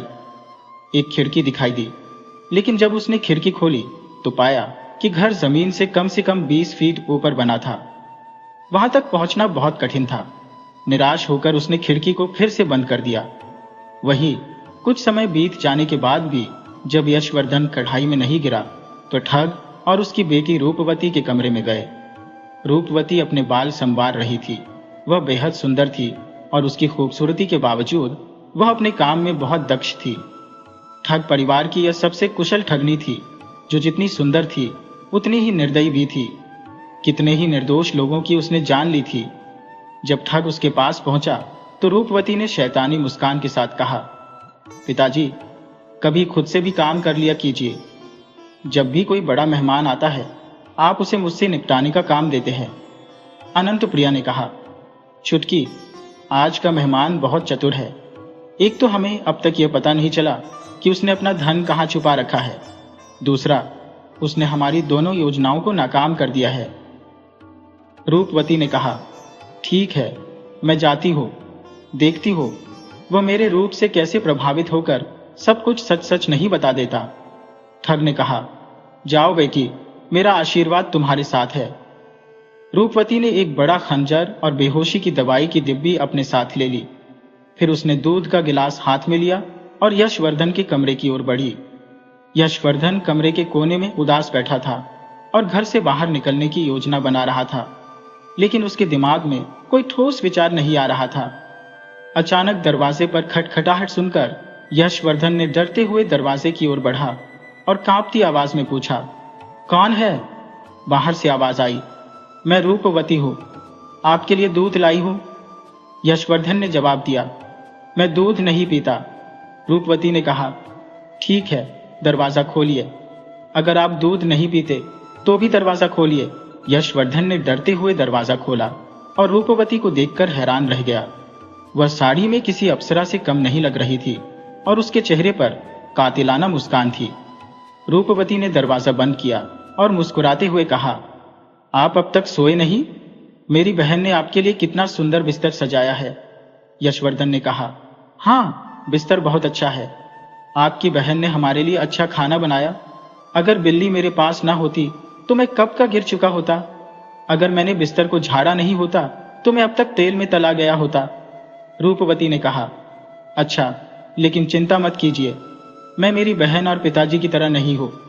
यशवर्धन ने कहा, तुम इतनी खतरनाक हो कि मुझे अब शक है कि तुम दूध में जहर मिलाकर लाई हो। रूपवती ने जवाब दिया, ऐसा कुछ नहीं है, मैं सच बोल रही हूं, इस दूध में कोई जहर नहीं है। यशवर्धन ने कहा, मैं इसका कैसे यकीन कर सकता हूँ? रूपवती बोली, ठीक है, मैं एक घूंट पीकर दिखाऊंगी, तब तुम्हें विश्वास हो जाएगा। यशवर्धन ने कहा, हाँ, पीकर बताओ। रूपवती ने दूध के गिलास से एक घूंट पिया। यशवर्धन ने उसे ध्यानपूर्वक देखा और जब उसे यकीन हुआ कि दूध में कोई जहर नहीं है तो उसने जल्दी से गिलास छीन लिया और पूरा दूध एक ही बार में पी गया। यशवर्धन ने पूछा, तुम ये दूध क्यों लाई हो? मुझे भूख लगी है, एक और गिलास लाती तो तुम्हारी बड़ी मेहरबानी होती। रूपवती ने शैतानी मुस्कान बिखेरते हुए कहा, अच्छा, लेकिन मैं यहाँ दूध देने नहीं बल्कि एक महत्वपूर्ण बात करने आई हूँ। यशवर्धन ने पूछा, क्या बात है? रूपवती बोली, मैंने सुना है तुम्हारे पास धन है। मैं सीधी बात करती हूँ, तुम्हारे पास जितना भी धन है मुझे दे दो, मैं अपने पिताजी से कहकर तुम्हें यहाँ से आजाद करवा दूंगी। यशवर्धन ने कहा, मेरे पास कोई धन नहीं है, मैं तो एक गरीब आदमी हूँ, मेरे पास पैसे कहाँ से आएंगे? रूपवती ने क्रोधित होकर खंजर निकाल लिया और धमकाते हुए कहा, देखो, मुझे चुपचाप बताओ, वरना यह खंजर तुम्हारे पेट में घुस जाएगा। यशवर्धन ने कहा, तुम इतनी खूबसूरत हो, तुम पर गुस्सा नहीं आ सकता। यह उम्र खंजर से हत्या की नहीं है, मैं तो तुम्हें अपना दिल दे चुका हूं। रूपवती ने कहा, दिल अपने पास रखो, मुझे पैसे के सिवाय कुछ और नहीं चाहिए। फालतू की चीजें मुझे पसंद नहीं, चुपचाप धन निकालो, वरना मैं तुम्हें जान से मार दूंगी। यशवर्धन ने कहा, तुम्हें मार देने से तुम खुश नहीं रहोगी, क्योंकि मरने के बाद भी तुम्हारे दिल में यही दुख रहेगा कि तुमने एक गरीब आदमी की जान ले ली। रूपवती ने कहा, मतलब तुम्हें मारने से मैं खुश क्यों नहीं रहूंगी? यशवर्धन ने जवाब दिया, क्योंकि मैं एक निर्दोष आदमी हूं और तुम्हें इस पर पछतावा होगा। रूपवती ने कहा, जल्दी बोलो, वरना मैं तुम्हारे पेट में खंजर घुसा दूंगी। यशवर्धन ने गोल मोल बातें करते हुए कहा, देखो, मैं एक खूबसूरत लड़का हूं, अगर तुमने मुझे छोड़ दिया तो तुम्हारा दिल सुकून पाएगा, वरना तुम पूरी जिंदगी पछताओगी। रूपवती ने कहा, चुप रहो, मुझे किसी से कुछ नहीं लेना देना, लेकिन अगर तुम यकीन नहीं करते तो बिस्तर के नीचे बने तलघर में जाकर देख लो, वहां कितने नर कंकाल पड़े हैं। अगर तुमने मुझे अपने धन के बारे में नहीं बताया तो तुम भी उन कंकालों में शामिल हो जाओगे। यशवर्धन ने महसूस किया कि रूपवती जितनी सुंदर लग रही थी उतनी साधारण नहीं थी। उसे अचानक अपने ब्राह्मण दोस्त का चौथा उपदेश याद आ गया, जिसमें कहा गया था कि जब तुम किसी बुरी स्थिति में फंसे हो तो उस स्थिति से बाहर निकलने के सभी उपाय अपनाओ। यशवर्धन ने कहा, रुको, मैंने तुम्हें कहा है, अगर तुमने मुझे मारा तो तुम पछताओगी, बिल्कुल उसी राम प्रताप की तरह। रूपवती ने पूछा, राम प्रताप कौन है? यशवर्धन ने कहा, बताता हूं। रूपवती ने कहा, जल्दी बताओ, वरना खंजर तुम्हारे पेट में घुसा दूंगी। यशवर्धन ने कहा, एक बार एक आदमी था जिसका नाम राम प्रताप था। वह बहुत गरीब था और उसने विदेश जाकर काम करने का निश्चय किया, इसलिए उसने अपने 10 साल के बेटे और पत्नी को अकेला छोड़कर विदेश चला गया। रूपवती ने कहा, फिर क्या हुआ, जल्दी बताओ। यशवर्धन ने कहा, राम प्रताप ने वहां बहुत मेहनत की, लेकिन धन इकट्ठा करने में सफल नहीं हुआ।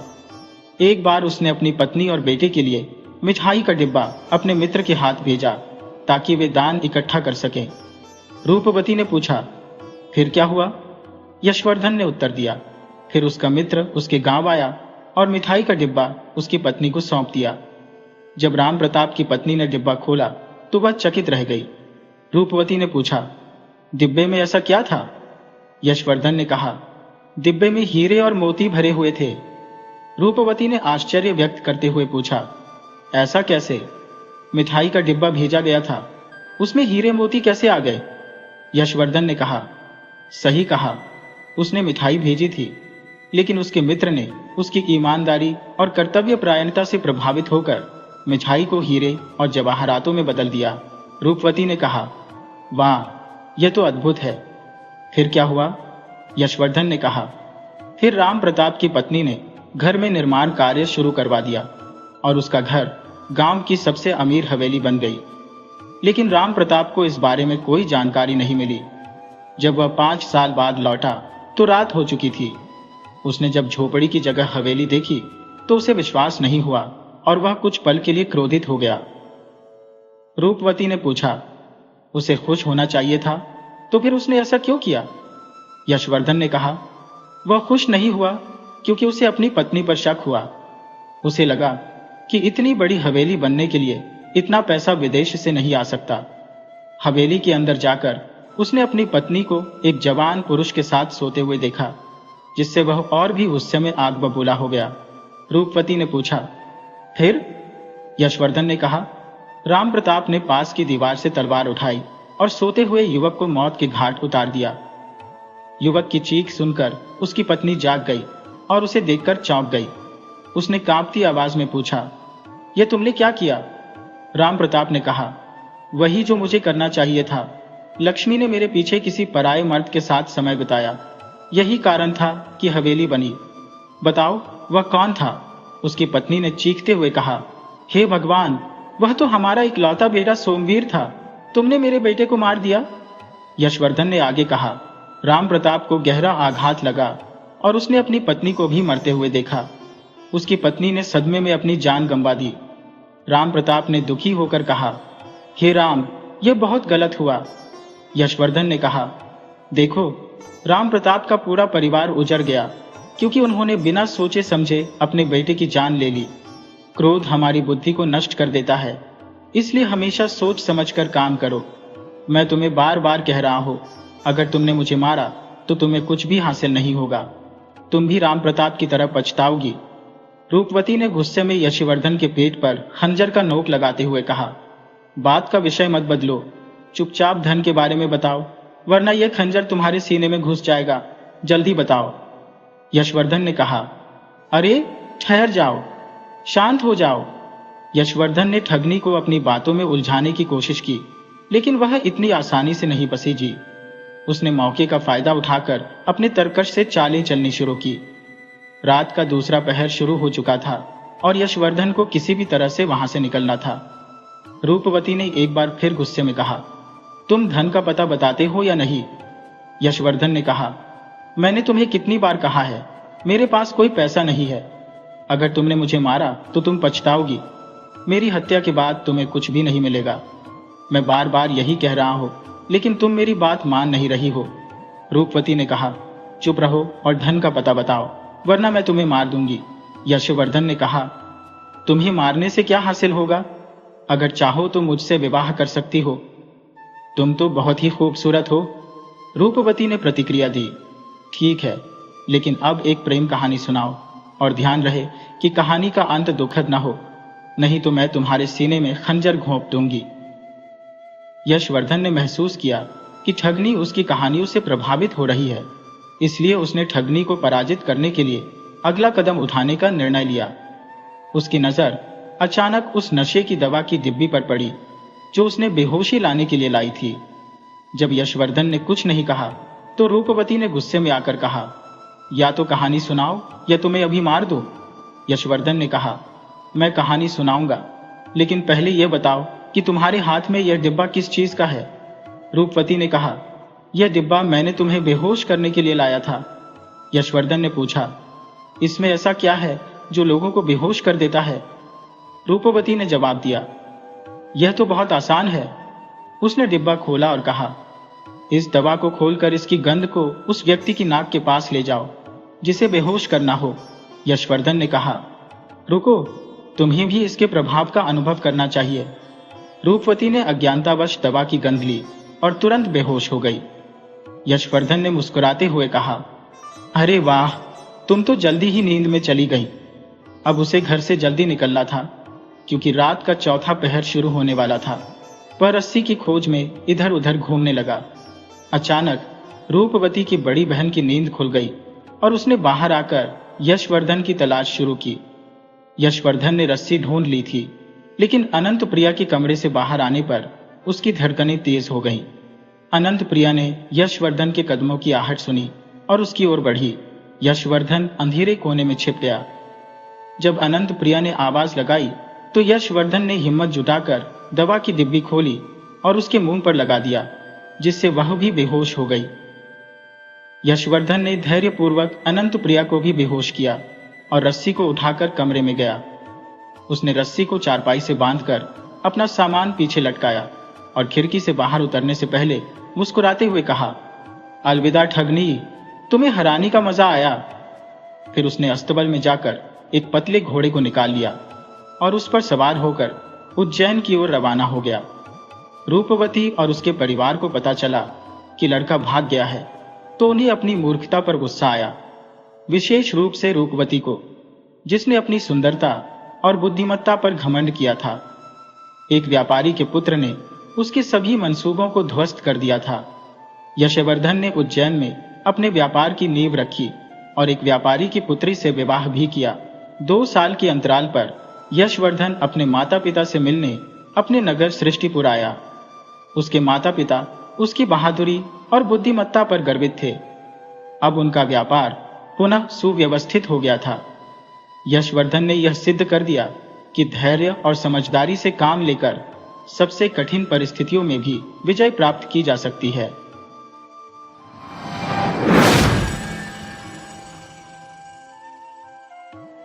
किसी समय में एक अमीर आदमी रहा करता था। उसकी 2 बीवियां थी। बड़ी वाली लागी पसंदीदा थी और दूसरी छोटी वाली अलागी, जिसे दूर कर दिया गया हो, थी। दोनों बीवियों की एक एक बेटी थी। बड़ी बीवी के बार बार कहने और लड़ाई झगड़ा करने पर पति ने दूसरी बीवी और उसकी बेटी के रहने के लिए घर के पिछवाड़े में एक झोपड़ी बनवा दी। अलागी अपनी बेटी के साथ गरीबी में अपना जीवन गुजारने लगी। उसकी बेटी का नाम चंपावती था। एक दिन पिता ने चंपावती को आदेश दिया कि वह जाकर उसके धान के खेत की रखवाली करे। वह हर रोज एक ऊंचे स्थान पर बैठकर खेत की रखवाली करती और चिड़ियों को उड़ाती रहती। इसी तरह कई दिन गुजर गए। एक दिन धान की रखवाली करने के लिए जब वह उस ऊंचे स्थान पर चढ़ी तो उसने गाना गाना शुरू कर दिया, बटेरो, यहां से चली जाओ, मेरे धान को मत खाओ, उसके बदले में तुम्हें भुना हुआ चावल दूंगी। जब उसने ऐसा कहा तो जंगल में से किसी का जवाब आया, मैं तो धान खाऊंगा और चावल भी। मैं चंपावती से शादी करूंगा और उसे अपने घर ले जाऊंगा। यह सुनकर हैरानी से चंपावती ने इधर उधर देखा, पर उसे वहां कोई नजर नहीं आया। शाम को घर लौटकर चंपावती ने अपनी मां को सारी बात बताई। अगले दिन उसकी मां भी उसके साथ खेतों पर गई कि क्या वास्तव में ऐसा हुआ था। उसकी मां ने चंपावती को वही गाना गाने को कहा। जैसे ही उसने गाना गाया, जंगल से वही उत्तर आया। उसकी मां को इतना आश्चर्य हुआ कि उसने चंपावती को फिर से गाना गाने को कहा और फिर वैसा ही जवाब उन्हें मिला। मां और बेटी दोनों घर लौट आई। अलागी ने इस बारे में अपने पति को बताया। तब अगले दिन वह अलागी, चंपावती और कुछ पड़ोसियों के साथ खेत पर गया। जब चंपा से गाने को कहा गया तो उसने वैसा ही किया। फिर से वही जवाब आया। जवाब कौन दे रहा है, यह जानने के लिए वे सब जंगल में गए, पर वहां उन्हें कोई दिखाई नहीं दिया। उसके बाद चंपा के पिता ने जंगल की तरफ देखते हुए कहा, अगर तुम सच में चंपावती से शादी करना चाहते हो तो हमारे सामने आओ। मैं वादा करता हूं कि उसके साथ तुम्हारी शादी कर दूंगा। यह सुनकर एक विशालकाय अजगर बाहर निकला। लोग उसे देख डरकर भागने लगे, पर चंपा के पिता ने उन्हें समझाया कि डरे नहीं, यहीं रुके रहे, तो वे सब वापस आ गए। उसने अजगर को अपने घर आने का निमंत्रण दिया। अलागी और उसकी बेटी दोनों जोर जोर से रोने लगी। अलागी ने अपने पति से विनती की कि वह चंपावती की शादी अजगर से न करे, पर लागी की सलाह पर उसने अजगर से चंपावती की शादी कर दी और अपनी पत्नी, बेटी और दामाद के रहने के लिए एक नए घर की व्यवस्था भी कर दी। लागी यह सोचकर बहुत खुश हुई कि अब रात को अजगर चंपावती को निगल लेगा। अजगर को चंपावती के साथ एक ही कमरे में रखा गया। यह सोचकर कि अब वह उसे निगल लेगा, चंपावती ईश्वर से प्रार्थना करने लगी। अगली सुबह उसकी मां घबराई हुई जब चंपावती के कमरे में गई तो देखा कि उसकी बेटी तो सोने के आभूषणों से सजी हुई है, पर अजगर उसे कहीं दिखाई नहीं दिया। जब मां ने बेटी को जगाया तो स्वयं को सोने के आभूषणों से सजी देख उसकी खुशी का ठिकाना न रहा। यह सोचकर कि अब तक तो अजगर चंपा को निगल गया होगा, जब पिता अपनी बड़ी पत्नी के साथ वहां आया तो उसे सोने के आभूषणों से चमचमाते देख हैरान रह गया। यह देखकर लालची लागी को बहुत ईर्ष्या हुई और उसने अपने पति से जिद की कि वह उसकी बेटी के लिए भी अजगर को लेकर आए। तब वह बहुत सारे आदमियों को लेकर घने जंगल में अजगर को ढूंढने निकल गया। उन्हें एक अजगर मिला तो वह उसे घर ले आया। लागी ने भी अपनी बेटी की शादी उससे कर दी। चंपावती की तरह उसकी बेटी को भी अजगर के साथ सोने के लिए भेज दिया गया।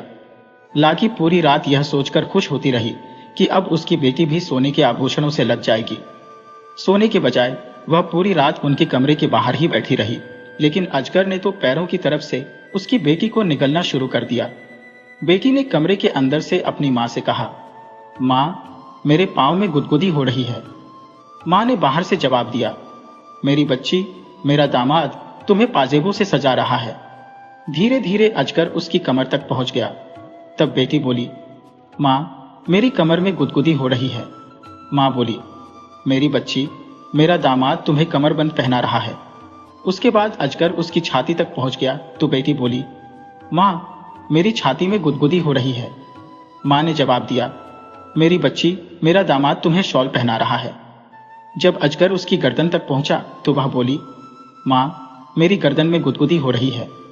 माँ बोली, मेरी बच्ची, मेरा दामाद तुम्हें मोतियों की लड़ियों से सजा रहा है। जब अजगर उसके सिर तक पहुंचा तो बेटी की आवाज आनी बंद हो गई। माँ ने सोचा कि आभूषण पाकर मेरी बेटी खुश हो गई है और सो गई है। यह सोचकर वह भी खुशी खुशी सोने चली गई। सुबह वह दौड़ी दौड़ी अपनी बेटी के पास आई, पर उसे वह कहीं दिखाई नहीं दी। अजगर बड़े आराम से वहां लेटा आराम कर रहा था। अलगी की बेटी को निगलने के बाद उसका पेट फूला हुआ था। यह देख उसे एहसास हुआ कि क्या हुआ है और वह दहाड़े मारकर रोने लगी। उसके रोने की आवाज सुन पति दौड़ा दौड़ा आया और पूछा कि क्या हुआ। जब उसे सच का पता चला तो वह सिर पकड़कर वही जमीन पर बैठ गया। अलागी और चंपावती भी रो रही थी। सारे गांव वालों ने पति पत्नी का बहुत मजाक उड़ाया और उनके लालच पर उन्हें धिक्कारा। सब लोगों ने मिलकर बेटी के शव को अजगर के पेट से बाहर निकाला और उसका दाह संस्कार कर दिया। उसके बाद तो लागी और उसके पति को अलागी और चंपावती से इतनी नफरत हो गई कि वे दोनों उनसे पीछा छुड़ाने का तरीका सोचने लगे। एक दिन वे अपने हथियारों के साथ उन्हें जबरन घसीटते हुए जंगल में ले गए। उन्हें बेहोश कर वे उन्हें मारने ही वाले थे कि तभी एक अजगर वहां आया और उसने उन दोनों दुष्टों को निगल लिया। अजगर ने बेहोश मां बेटी को उठाया और जंगल में ले गया। अगले दिन जब वे उठी तो रोने लगी। एक अनजान जगह पर उन्हें डर लग रहा था। अजगर उन्हें दिलासा देते हुए बोला, तुम दोनों को चिंता करने की जरूरत नहीं है, मैं तुम्हें यहां लाया हूं। फिर उसने रात की घटना उन्हें बताई। सच जानकर दोनों ने कृतज्ञता प्रकट की। उसके बाद से तीनों खुशी से जंगल में ही रहने लगे। कुछ दिनों बाद अलागी अचानक बीमार पड़ गई और उसकी मृत्यु हो गई। चंपावती अकेली रह गई। एक दिन जब अजगर बाहर गया हुआ था तब एक बूढ़ी स्त्री वहां आई। चंपावती ने लंबे समय से किसी मनुष्य को नहीं देखा था। उसने बहुत सम्मान के साथ उस स्त्री का स्वागत सत्कार किया। तब उस स्त्री ने उसकी सेवा से खुश होकर बताया, जो अजगर तुम्हारा पति है वह असल में एक देवता है। वह हर रात तुम सो गई हो या नहीं यह देखने के लिए तुम्हें चुटकी काटता है और फिर अपने अजगर का चोला उतारकर स्वर्ग में चला जाता है। वहां कुछ समय वह अन्य देवताओं के साथ व्यतीत करता है। अगर तुम अपने पति को देवता के रूप में देखना चाहती हो तो रात को सोने का नाटक करना, पर सोना मत। जब वह अपना चोला उतार स्वर्ग जाए तो तुम उसके चोले को आग में जला देना। जैसे ही तुम उसका चोला जलाओगी उसे अपने बदन में जलन का एहसास होगा। तब तुम तुरंत पंखा कर देना और उसे आराम करने देना। जल्दी ही उसे नींद आ जाएगी। सुबह तुम उसे माला पहनाकर उसका अभिवादन करना। तुम्हारा पति ही है जो अजगर के रूप में तुम्हारे सामने आता है। यह बात सुन चंपावती की खुशी का ठिकाना न रहा। उसने उसे घड़ा भरकर सोना और चांदी दिया। उसने वैसा ही किया जैसा कि बूढ़ी स्त्री ने बताया था और उसके बाद वे कई महीनों तक सुखमय जीवन बिताते रहे। एक दिन जब उसका पति घर में नहीं था तब वही बूढ़ी स्त्री फिर आई। चंपावती ने उसका स्वागत करने के बाद उसके आने का कारण पूछा। वह चालाकी से बोली, मैं तो तुम्हारी भलाई के लिए ही यहाँ आई हूँ। कल दोपहर तुम अपने पति से एक ही थाली में अपने साथ खाना खाने को कहना। जब तुम दोनों एक साथ खाना खाओगे तो वह तुम्हारे आकर्षण में इतना बंध जाएगा कि फिर कभी एक भी पल के लिए तुमसे अलग नहीं होगा। जब तुम खाना खा लो तो उससे कहना कि तुमने उसके मुंह के अंदर बहुत सारी कामों को देखा है। तब तुम उससे पूरा मुंह खोलने के लिए कहना ताकि पूरी दुनिया को तुम देख सको। वह तुमसे नाराज होगा और कहेगा कि तुम उसे या पूरी दुनिया में से किसी एक को चुन लो, पर तुम कहना कि तुम दुनिया को देखना चाहती हो। वह अपना मुंह खोलकर तुम्हें पूरी दुनिया दिखा देगा और फिर एक नदी में चला जाएगा। वह तुमसे कहेगा कि वह तुमसे अब 6 महीने बाद मिलेगा, पर उसकी बातों में मत आना। तुम नदी के तट पर बैठी रहना। कुछ क्षण बाद तुम उसे वापस आते देखोगी। यह सुन चंपावती ने पहले की ही तरह उस स्त्री को सोना चांदी देकर विदा किया। अपनी धूर्तता पर प्रसन्न होते हुए वह बूढ़ी स्त्री वहां से चली गई। अगले दिन चंपावती अपने पति के साथ एक ही थाली में खाना खाने बैठी। उसके पति ने कहा, तुम आज कुछ अजीब व्यवहार कर रही हो, तुम्हारे इरादे मुझे ठीक नहीं लग रहे हैं। खाना खाने के बाद उसने अपने पति से पूरी दुनिया दिखाने को कहा तो वह बोला, फिर तुम मुझे कभी नहीं देख पाओगी। पर वह तो अपनी जिद पर अड़ी थी। तब हारकर पति नदी के पास गया और उससे पूछा, दुनिया देखने के लिए क्या तुम मुझे भी छोड़ने को तैयार हो? वह बोली, मुझे दोनों चाहिए, दुनिया भी देखनी है और आप भी चाहिए। उसके पति ने अपना मुंह खोलकर उसे दुनिया दिखाई और उसे सोने की अंगूठी देते हुए बोला, जिस बूढ़ी स्त्री के कहने पर तुम यह सब कर रही हो वह मेरी माँ की नौकरानी है। मेरी माँ एक नरभक्षी है। उसने मेरे लिए जिस लड़की को चुना था उससे शादी न कर मैंने तुमसे की। वह तुम्हें मुझसे अलग करना चाहती है ताकि वह तुम्हें खा सके। अपने षड्यंत्र में कामयाब होने के लिए उस बूढ़ी स्त्री ने तुम्हें धोखा दिया है। उन्हें लगता कि अगर मेरी माँ तुम्हें खा जाएगी तो मैं उनकी चुनी हुई लड़की से विवाह कर लूंगा। इसलिए मैं तुम्हें यह सोने की अंगूठी दे रहा हूं, इसे संभाल कर रखना। अगर यह तुम्हारे पास रहेगी तो कोई भी बुरी ताकत तुम्हें नुकसान नहीं पहुंचा सकेगी। अगर अंगूठी तुमसे खो गई तो तुम मुसीबतों में घिर जाओगी। इस अंगूठी के प्रभाव से तुम मुझे 6 साल बाद मेरी माँ के घर मुझे पाओगी। अब मुझे जाना होगा, सावधान रहना और इस अंगूठी को खोना मत। यह कहकर पति नदी में चला गया। चंपावती को अपनी गलती का एहसास हुआ और वह रोने लगी। जंगल में घूमते घूमते वह रोती रही और अंगूठी को सीने से लगाए 6 साल बीतने का इंतजार करने लगी। उसके पति की मां ने उसे कई तरह से छलने की कोशिश की, पर अंगूठी ने उसकी रक्षा की। 6 वर्ष बीत चुके थे और अचानक एक दिन चंपावती की मुलाकात अपने पति से हुई। वे फिर से साथ रहने लगे, लेकिन उसकी सास यह देखकर क्रोधित हो उठी। जैसे ही चंपावती अपने पति से मिली, उसकी अंगूठी गायब हो गई। पर चूंकि उसका बेटा चंपावती के साथ था, इसलिए सास उसको किसी तरह से नुकसान नहीं पहुंचा पाई। एक दिन उसने एक पत्र लिखा, यह मेरी सबसे बड़ी दुश्मन है, इसे खत्म कर दो, पर इसके मांस का एक टुकड़ा मुझे भेज देना।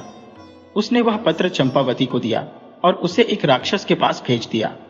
सास के आदेश का पालन करने के लिए पति को बिना बताए वह उस राक्षस को पत्र देने चली गई। जब पति घर आया तो उसे कुछ शक हुआ और वह चंपावती के पीछे पीछे गया। उसने उसके हाथ से पत्र छीन लिया और उसे पढ़ा। पत्र पढ़कर उसका गुस्सा 7वें आसमान पर पहुंच गया। वह घर गया और बिना कुछ कहे उसने अपनी मां के प्राण ले लिए। उसके बाद वे दोनों दानवों के उस गांव को छोड़कर चले गए। दूसरे नगर में जाकर अपनी गृहस्थी बसाई और खुशी खुशी रहने लगे।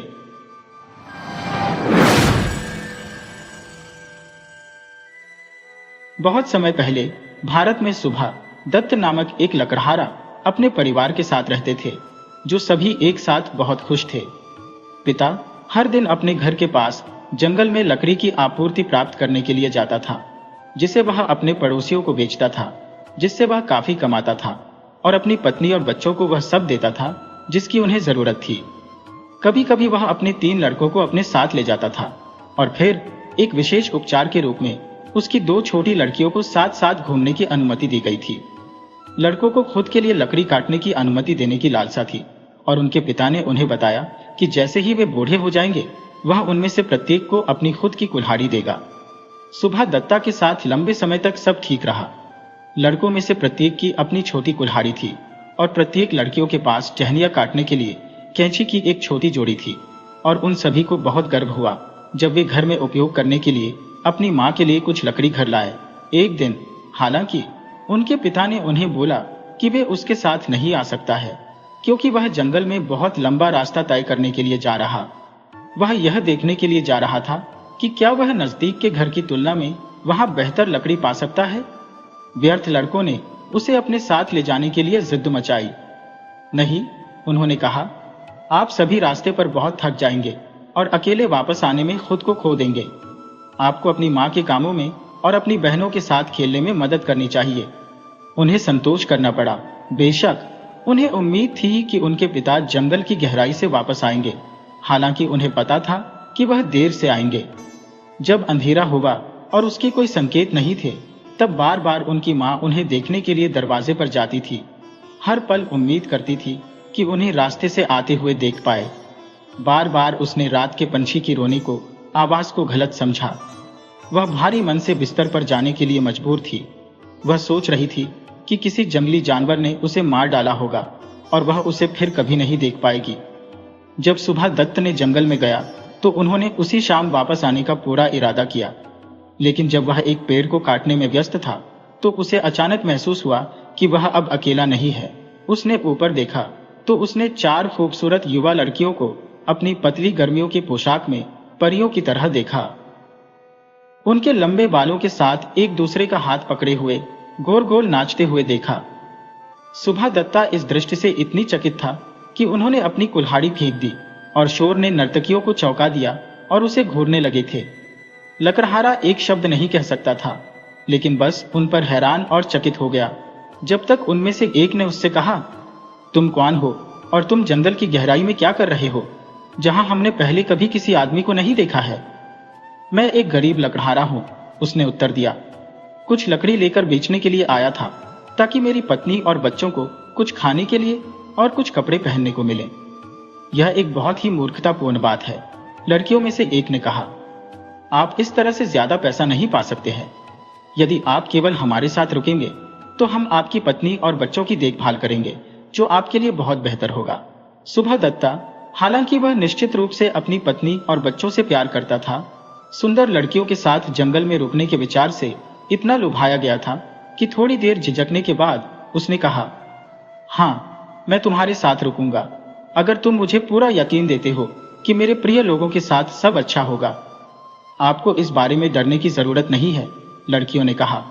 हम परियां हैं, आप देख रहे हैं, और हम सभी प्रकार की अद्भुत चीजें कर सकते हैं। हम उन्हें उनकी इच्छा के अनुसार सब कुछ देंगे और वे इसे प्राप्त करेंगे। पहली बात यह है कि हम लोग आपको खाना देंगे और आपको इसके बदले में काम करना होगा। सुबह दत्ता ने जवाब दिया, मैं आपकी इच्छा के अनुसार कुछ भी करूंगा। ठीक है, समाशोधन को दूर करना शुरू करें और फिर हम सभी एक साथ बैठकर भोजन करेंगे। सुबह दत्ता बहुत खुश था कि उन्हें जो करने के लिए कहा गया वह इतना आसान था। वह एक पेड़ से एक शाखा काटकर शुरू हुआ और इसके साथ वह भोजन कक्ष में जो कुछ था उसे देखने गया। फिर उसने रसोई में दाल चावल ढूंढे, लेकिन वह एक पेड़ की छांव में खड़े एक बड़े बड़े घड़े के अलावा कुछ भी नहीं देख पाया, जिसकी शाखाएं समाशोधन की ओर थी। तो उन्होंने परियों में से एक से कहा, क्या तुम मुझे दिखाओगे कि भोजन कहाँ है और वास्तव में तुम लोग रसोई को कहाँ स्थापित करना चाहोगे? इन सवालों पर सभी परियां हंसने लगी और उनकी हंसी की आवाज कई घंटियों की थाप की तरह थी। बेचारा सुबह दत्त, जो बहुत थका हुआ और भूखा था, वह दुखी रहने लगा और वह सीधे घर जाने का कामना करने लगा। वह अपनी कुल्हाड़ी लेने के लिए झुका और उसके साथ बस पलटने ही वाला था, जब परियों ने अपने पागल भंवर को रोका और उसे रोकने के लिए चिल्लाई। इसलिए उसने इंतजार किया और उनमें से एक ने कहा, हमें इसे प्राप्त करने और इसके बारे में परेशान होने की जरूरत नहीं है। आप उस बड़े घड़ी को देख रहे हैं। हम अपना सारा भोजन और बाकी सब कुछ जो हम चाहते हैं उससे प्राप्त करते हैं। हमें बस इच्छा होती है कि हम अपना हाथ अंदर डालें और हमें वह भोजन मिलेगा जो हम पहले करना चाहते हैं, और फिर हम आपको बताएंगे कि हम क्या चाहते हैं। जिसे सुनकर सुबह दत्ता को शायद ही अपने कानों पर यकीन हो। नीचे उसने अपनी कुल्हाड़ी फेंक दी और घड़े में हाथ डालने के लिए जल्दबाजी की। वह उस भोजन की इच्छा कर रहा था जो उसे पसंद थी। उन्हें करी चावल और दूध, दाल, फल और सब्जियां बहुत पसंद थी और बहुत जल्द ही उसके पास जमीन पर भोजन फैला हुआ था। अगले कुछ दिन एक सपने की तरह बीत गए और सबसे पहले सुबह दत्ता ने सोचा कि वह अपने जीवन में कभी इतनी खुश नहीं था। परियों ने अक्सर उसे अकेला छोड़कर एक साथ चले जाया करते थे और वे केवल उस वक्त आते जब उन्हें घड़ी से कुछ चाहिए होता था। लकड़हारे को हर तरह की चीजें मिली जो वह खुद के लिए चाहता था, लेकिन वर्तमान में वह चाहता था कि उसकी पत्नी और बच्चे उसके साथ बढ़िया भोजन करें। वह उन्हें बहुत याद करने लगा और वह अपने काम से भी चूक गया। कभी कभी उसे लगता था कि जब परियां दूर होंगी तो वह जंगल से निकल जाएगा। लेकिन जब उसने घड़ी को देखा तो वह उसे छोड़ने के बारे में नहीं सोच सका। जल्द ही सुबह दत्ता अपने बीवी और बच्चों के बारे में सोचने के बाद अच्छी तरह से सो नहीं पाता था। मान लीजिए कि जब उसके पास खाने के लिए बहुत कुछ हुआ करता है तब वे भूखे सोते होंगे। यह भी उसके दिमाग में आया कि वह परियों को चुरा सकता है और परियों को अपने साथ घर ले जा सकता है, लेकिन उसने ऐसा करने की पूरी हिम्मत नहीं की थी। यहाँ तक कि जब सुंदर लड़कियों की दृष्टि पड़ेगी और उन्हें जब यह महसूस होगा तो वे भयानक तरीके से दंडित करने में सक्षम होंगे। एक रात उसे एक सपना आया जिसने उसे बहुत परेशान किया। उसने देखा कि उसकी पत्नी उस छोटे से घर में फूट फूट कर रो रही है। वह सबसे छोटे बच्चे को अपने हाथों से पकड़े हुए थी, जबकि अन्य 3 उसकी बगल में खड़े थे। वह एक बार फिर घर जाने के लिए निर्धारित किया, लेकिन थोड़ी दूर चलने पर उसने परियों को चांदनी में नाचते देखा और किसी तरह उसे फिर लगा कि वह उन्हें और घड़े को नहीं छोड़ सकता। अगले दिन हालांकि वह इतना दुखी था कि परियों ने इस पर ध्यान दिया और उनमें से एक ने उससे कहा, क्या मामला है? हम यहाँ दुखी लोगों को रखने की परवाह नहीं करते हैं। यदि आप जीवन का आनंद नहीं उठा सकते हैं तो तुम घर जाओ, बेहतर होगा। सुबह दत्ता बहुत भयभीत हो गया था, इसलिए उसने उन्हें अपने सपने के बारे में बताया और उसे डर था कि उसकी परिवार पैसे के लिए भूखे मर रहे थे। उनके बारे में चिंता मत करो, उत्तर था। हम आपकी पत्नी को बताएंगे कि आप क्यों दूर रहते हैं। जब वह सो रही होंगी तो हम उसके कान में फुसफुसाएंगे और वह आपकी खुशी के बारे में सोचकर बहुत खुश होगी। बाकी तुम अपनी परेशानियों को भूल जाओ। सुबह दत्ता परियों की सहानुभूति से बहुत खुश था। वह कुछ समय के लिए उनके साथ रुकने का फैसला किया। वह बेचैन महसूस कर रहा था, लेकिन पूरे समय सुखद रूप से बीता और घर अब उसके लिए एक दैनिक खुशी थी। इस बीच उनकी गरीब पत्नी अपने प्यारे बच्चों को कैसे खाना खिलाती थी। 2 लड़के बहादुर थे। वह वास्तव में निराशा में थे जब उनके पिता वापस नहीं आए और उन्हें खोजने के उनके सभी प्रयास व्यर्थ हो गए। इन लड़कों ने अपनी मां की मदद करने का काम किया। वे पेड़ों को नहीं काट सकते थे, लेकिन वे उन पर चढ़ सकते थे और अपनी कुल्हाड़ियों से छोटी शाखाओं को काट सकते थे, और उन्होंने यही किया और उन्हें अपने पड़ोसियों को बेचा। इन पड़ोसियों को उनके द्वारा दिखाए गए साहस छू गया और न केवल उन्हें लकड़ी के लिए अच्छी तरह से भुगतान किया था, बल्कि अक्सर उन्हें दूध और चावल और अन्य छोटी चीजें से उन्हें मदद किया। समय के साथ वे वास्तव में सुबह दत्ता के बिना रहने के अभ्यस्त हो गए और छोटी लड़कियां लगभग उनके बारे में भूल गईं। जंगल की गहराई में सुबह दत्ता का 1 महीना परियों का इंतजार करते हुए शांति से बीता और हर दिन वह अधिक स्वार्थी होते हुए खुद का आनंद लेने पर आमादा हो गया। फिर उनका एक और सपना था जिसमें उन्होंने अपनी पत्नी और बच्चों को पुराने घर में खूब खाना खाते हुए देखा और जाहिर तौर पर उनके बिना इतने खुश थे कि उन्हें देखना बहुत ही अच्छा लगा। जब वह उठा तो उसने परियों से कहा, मैं अब तुम्हारे साथ नहीं रुकूंगा। मेरे पास यहाँ अच्छा समय है, लेकिन मैं अपने लोगों से दूर इस जीवन से थक गया हूँ। परियों ने देखा कि वह इस समय परेशान सचमुच में था, इसलिए उन्होंने उसे जाने देने के लिए सहमति दी। लेकिन वे दयालु लोग थे और उन्हें लगा कि उन्हें उनके लिए किसी तरह से भुगतान करना चाहिए।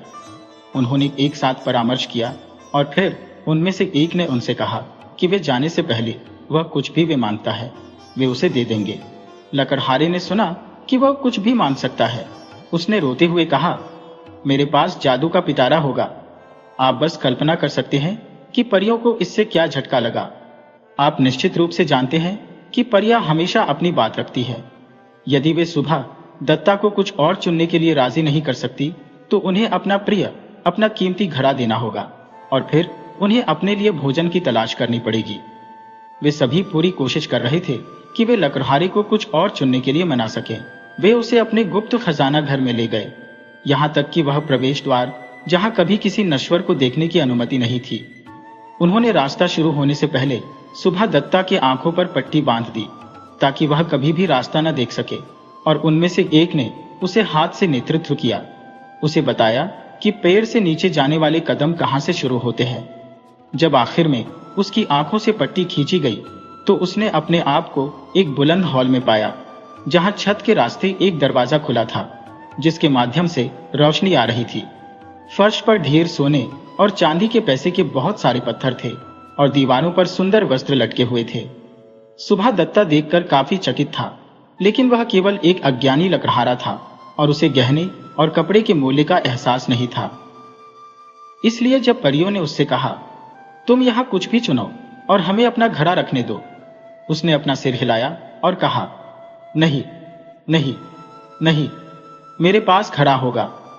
एक के बाद एक परी ने माणिक और हीरे और अन्य कीमती पत्थरों को उठाया और उन्हें प्रकाश में रखा कि लकड़हारे देख सकें कि वे कितने प्यारे थे। नहीं, घड़ा घड़ा, उसने कहा और आखिर में उन्हें इसे छोड़ना पड़ा। उन्होंने उसकी आंखों को फिर से बांधा और उसे वापस समाशोधन और घड़ी के पास ले गए। यहां तक कि जब वे सभी फिर से समाशोधन में थे तो परियों ने अपने घड़ी को रखने की उम्मीद नहीं छोड़ी। इस बार उन्होंने अन्य कारण बताए कि क्यों घड़ा सुभा दत्ता के पास नहीं होना चाहिए। यह बहुत आसानी से टूट जाएगा और फिर यह आपके या किसी और के लिए अच्छा नहीं होगा। लेकिन अगर आप कुछ पैसे लेते हो तो आप अपनी पसंद से कुछ भी खरीद सकते हैं। यदि आप गहने लेते हैं तो आप उन्हें बेचकर बहुत सारे पैसे जमा कर सकते हैं। नहीं नहीं नहीं, लकड़हारा रोया, घड़ा घड़ा, मेरे पास घड़ा होगा।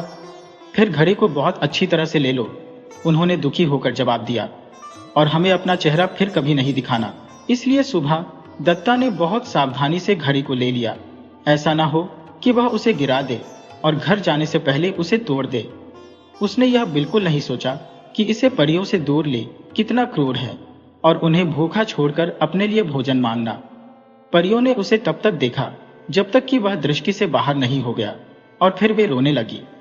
उनमें से एक ने कहा, वह ऐसा सोचने के लिए बहुत स्वार्थी था।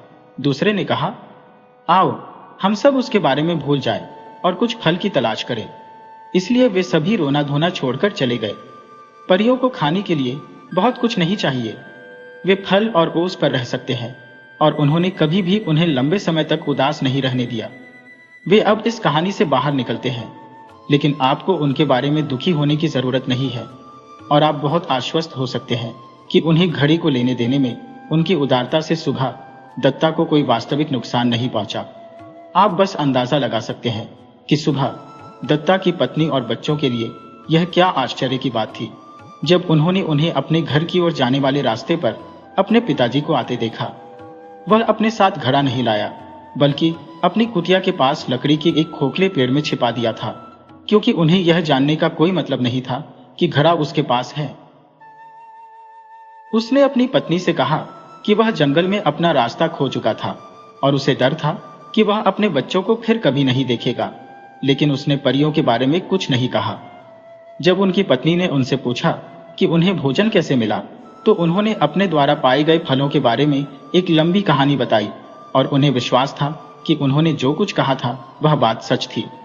जब छोटी लड़कियों को अपने पिता के लिए एक अच्छा भोजन प्राप्त करने में मदद करने के लिए कहा, तो सुभा दत्ता ने कहा, ओह, इस बारे में उन्हें परेशान मत करो, मैं अपने साथ कुछ वापस लेकर आया हूं। मैं इसे लेकर आता हूं, लेकिन कोई भी मेरे पीछे नहीं आएगा। सुभा दत्ता की पत्नी इस पर बुरी तरह निराश थी, क्योंकि वह अपने पति से इतना प्यार करती थी कि उसके लिए काम करना उसके लिए खुशी की बात थी। बच्चे भी अपने पिता के साथ जाना चाहते थे, लेकिन उन्होंने उन्हें रुकने का आदेश दिया। उसने एक बड़ी टोकरी लेकर अकेले घड़ी के पास चला गया। बहुत जल्द वह फिर से अपनी टोकरी के साथ वापस आ गया, जिसमें सभी तरह की अच्छी चीजें थी, जिनमें से बहुत से नामों का उसकी पत्नी और बच्चों को पता भी नहीं था। इसमें वे फल है जो जंगल से लाया गया है। जीवन अब निश्चित रूप से परिवार के लिए पूरी तरह से बदल गया था। सुभा दत्ता अब बेचने के लिए लकड़ी काटने नहीं जाया करता था और लड़कों ने भी ऐसा करना छोड़ दिया था। हर दिन उनके पिता उन सभी के लिए मनचाहा भोजन लाते थे और परिवार के प्रत्येक व्यक्ति की सबसे बड़ी इच्छा यह पता लगाना था कि भोजन कहां से लाया जाता है।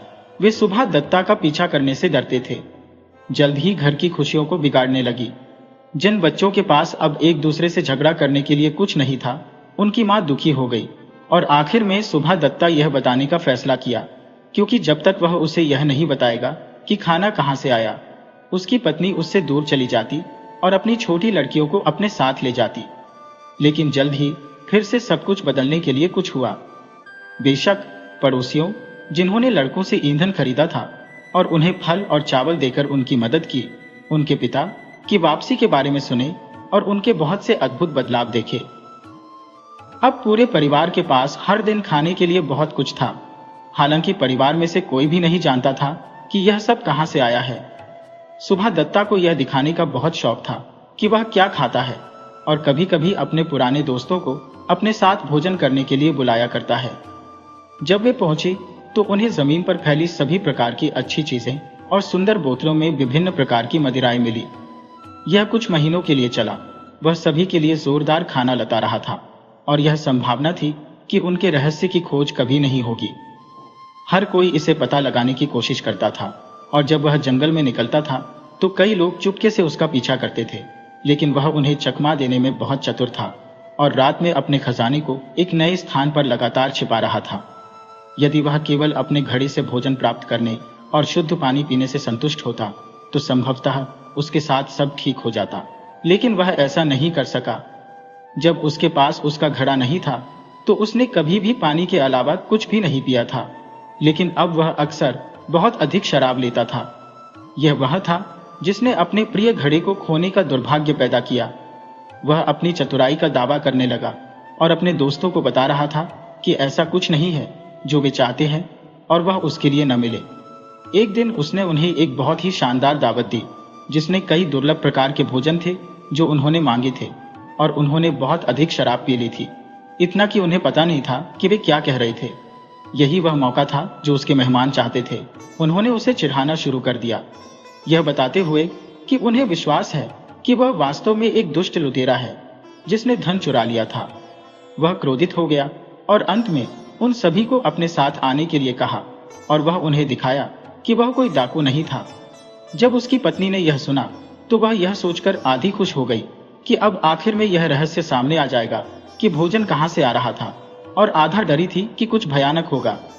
बच्चे भी बहुत उत्साहित थे और पार्टी के बाकी सदस्यों के साथ चले गए जिन्होंने अपने पिता का अनुसरण किया। जब वे सभी उस जगह के पास पहुंच गए, हालांकि कुछ विचार सुबह दत्ता के सिर में आने लगे कि वह बहुत ही मूर्खतापूर्ण काम कर रहा है। वह अचानक रुक गया। उसके पीछे चल रही भीड़ को कहा कि अब एक कदम भी आगे नहीं बढ़ेगा जब तक वह झोपड़ी में से वापस नहीं आता। उसकी पत्नी ने उससे विनती की और कही कि कम से कम अपने साथ हमें जाने दो, और लेकिन वह माना नहीं और सभी को वापस जाना पड़ा। वह अपनी पुष्टि के लिए सभी को देखता रहा जब तक वे उसकी दृष्टि से दूर नहीं हो गए। जब लकड़हारे को पूरा यकीन हुआ कि हर कोई जा चुका है और कोई भी यह नहीं देख सकता है कि उसने घड़ी को कहां छिपाया है, वह घड़ी को उस छेद से बाहर निकला और उसे सावधानी से अपने घर ले गया। आप कल्पना कर सकते हैं कि जब वह सभी के दृष्टि में आया तो हर कोई उससे मिलने के लिए कैसे निकले होंगे, और भीड़ ने उसे गोलकर घेर लिया जिससे घड़े को जमीन पर फेंकने और टूटने का खतरा था। सुबह दत्ता हालांकि किसी भी दुर्घटना के बिना झोपड़ी में जाने में कामयाब रहा और फिर वह घड़े से चीजों को बाहर निकालने और उन्हें जमीन पर फेंकते हुए चिल्लाने लगा, क्या मैं एक डाकू हूं? क्या मैं डाकू हूं? मुझे किसने लुटेरा बोला? फिर अधिक से अधिक उत्तेजित होकर उसने घड़ा उठाया और उसे अपने कंधे पर पकड़कर बेतहाशा नाचने लगा। उसकी पत्नी ने उसे बुलाया, ओह ध्यान रखना, ध्यान रखना, आप इसे छोड़ देंगे। लेकिन सुबह दत्ता ने उसकी ओर कोई ध्यान नहीं दिया। हालांकि अचानक वह गदगद महसूस करने लगा और जमीन पर गिर गया। घड़ा टुकड़ों में टूट गया और दुख का एक बड़ा रोना उन सभी से ऊपर चला आया जिन्होंने दुर्घटना को देखा। लकड़हारा खुद टूट गया था क्योंकि वह जानता था कि उसने खुद शरारत की थी, और अगर केवल उसने शराब पीने के प्रलोभन का विरोध किया होता तो भी उसके पास अपना खजाना होता। वह टुकड़ों को इकट्ठा करने लगा और यह कोशिश कर रहा था कि क्या वे एक साथ फिर से जुड़ सकते हैं। उसने एक खामोश हंसी सुनी और बच्चों को अपने हाथों से ताली बजाते हुए देखा, और उसने सोच कि हमारा घड़ा फिर से हमारा है। क्या यह सब एक सपना हो सकता था? नहीं, वहां जमीन पर फल और केक बिखरे हुए थे जो घड़े में थे, और उसकी पत्नी, उसके बच्चे और उसके दोस्त सभी उदास और गुस्से में उसे देख रहे थे। एक एक करके दोस्त चले गए। सुबह दत्ता अपने परिवार के साथ अकेला रह गया। यह जादुई घड़े की कहानी का अंत है, लेकिन यह सुबह दत्ता और उनके परिवार के जीवन में एक नए अध्याय की शुरुआत थी। वे आश्चर्यचकित सामान देने वाले घड़े को कभी नहीं भूलते थे, और बच्चे कभी यह कहानी सुनने से नहीं थकते थे कि उनके पिता इसे कहां से लाए। वे अक्सर जंगल में भटकते थे, उम्मीद करते थे कि वे भी किसी अद्भुत साहसिक कार्य के साथ मिलेंगे, लेकिन उन्होंने कभी परियों को नहीं देखा और न ही कोई जादुई पिटारा पाया। धीमी गति से लकड़ी काटने वाले अपने पुराने तरीकों पर लौट आए, लेकिन उसने एक सबक सीखा था। उसने फिर कभी भी किसी बात को अपनी पत्नी से राज नहीं रखा, क्योंकि उसे लगा कि अगर उसने घर आने पर उसे घड़े के बारे में सच्चाई बताई होती तो उसने उसे अनमोल खजाने को बचाने में मदद की होती।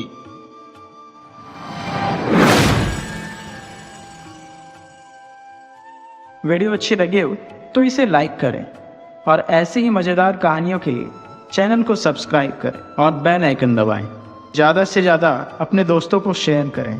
धन्यवाद।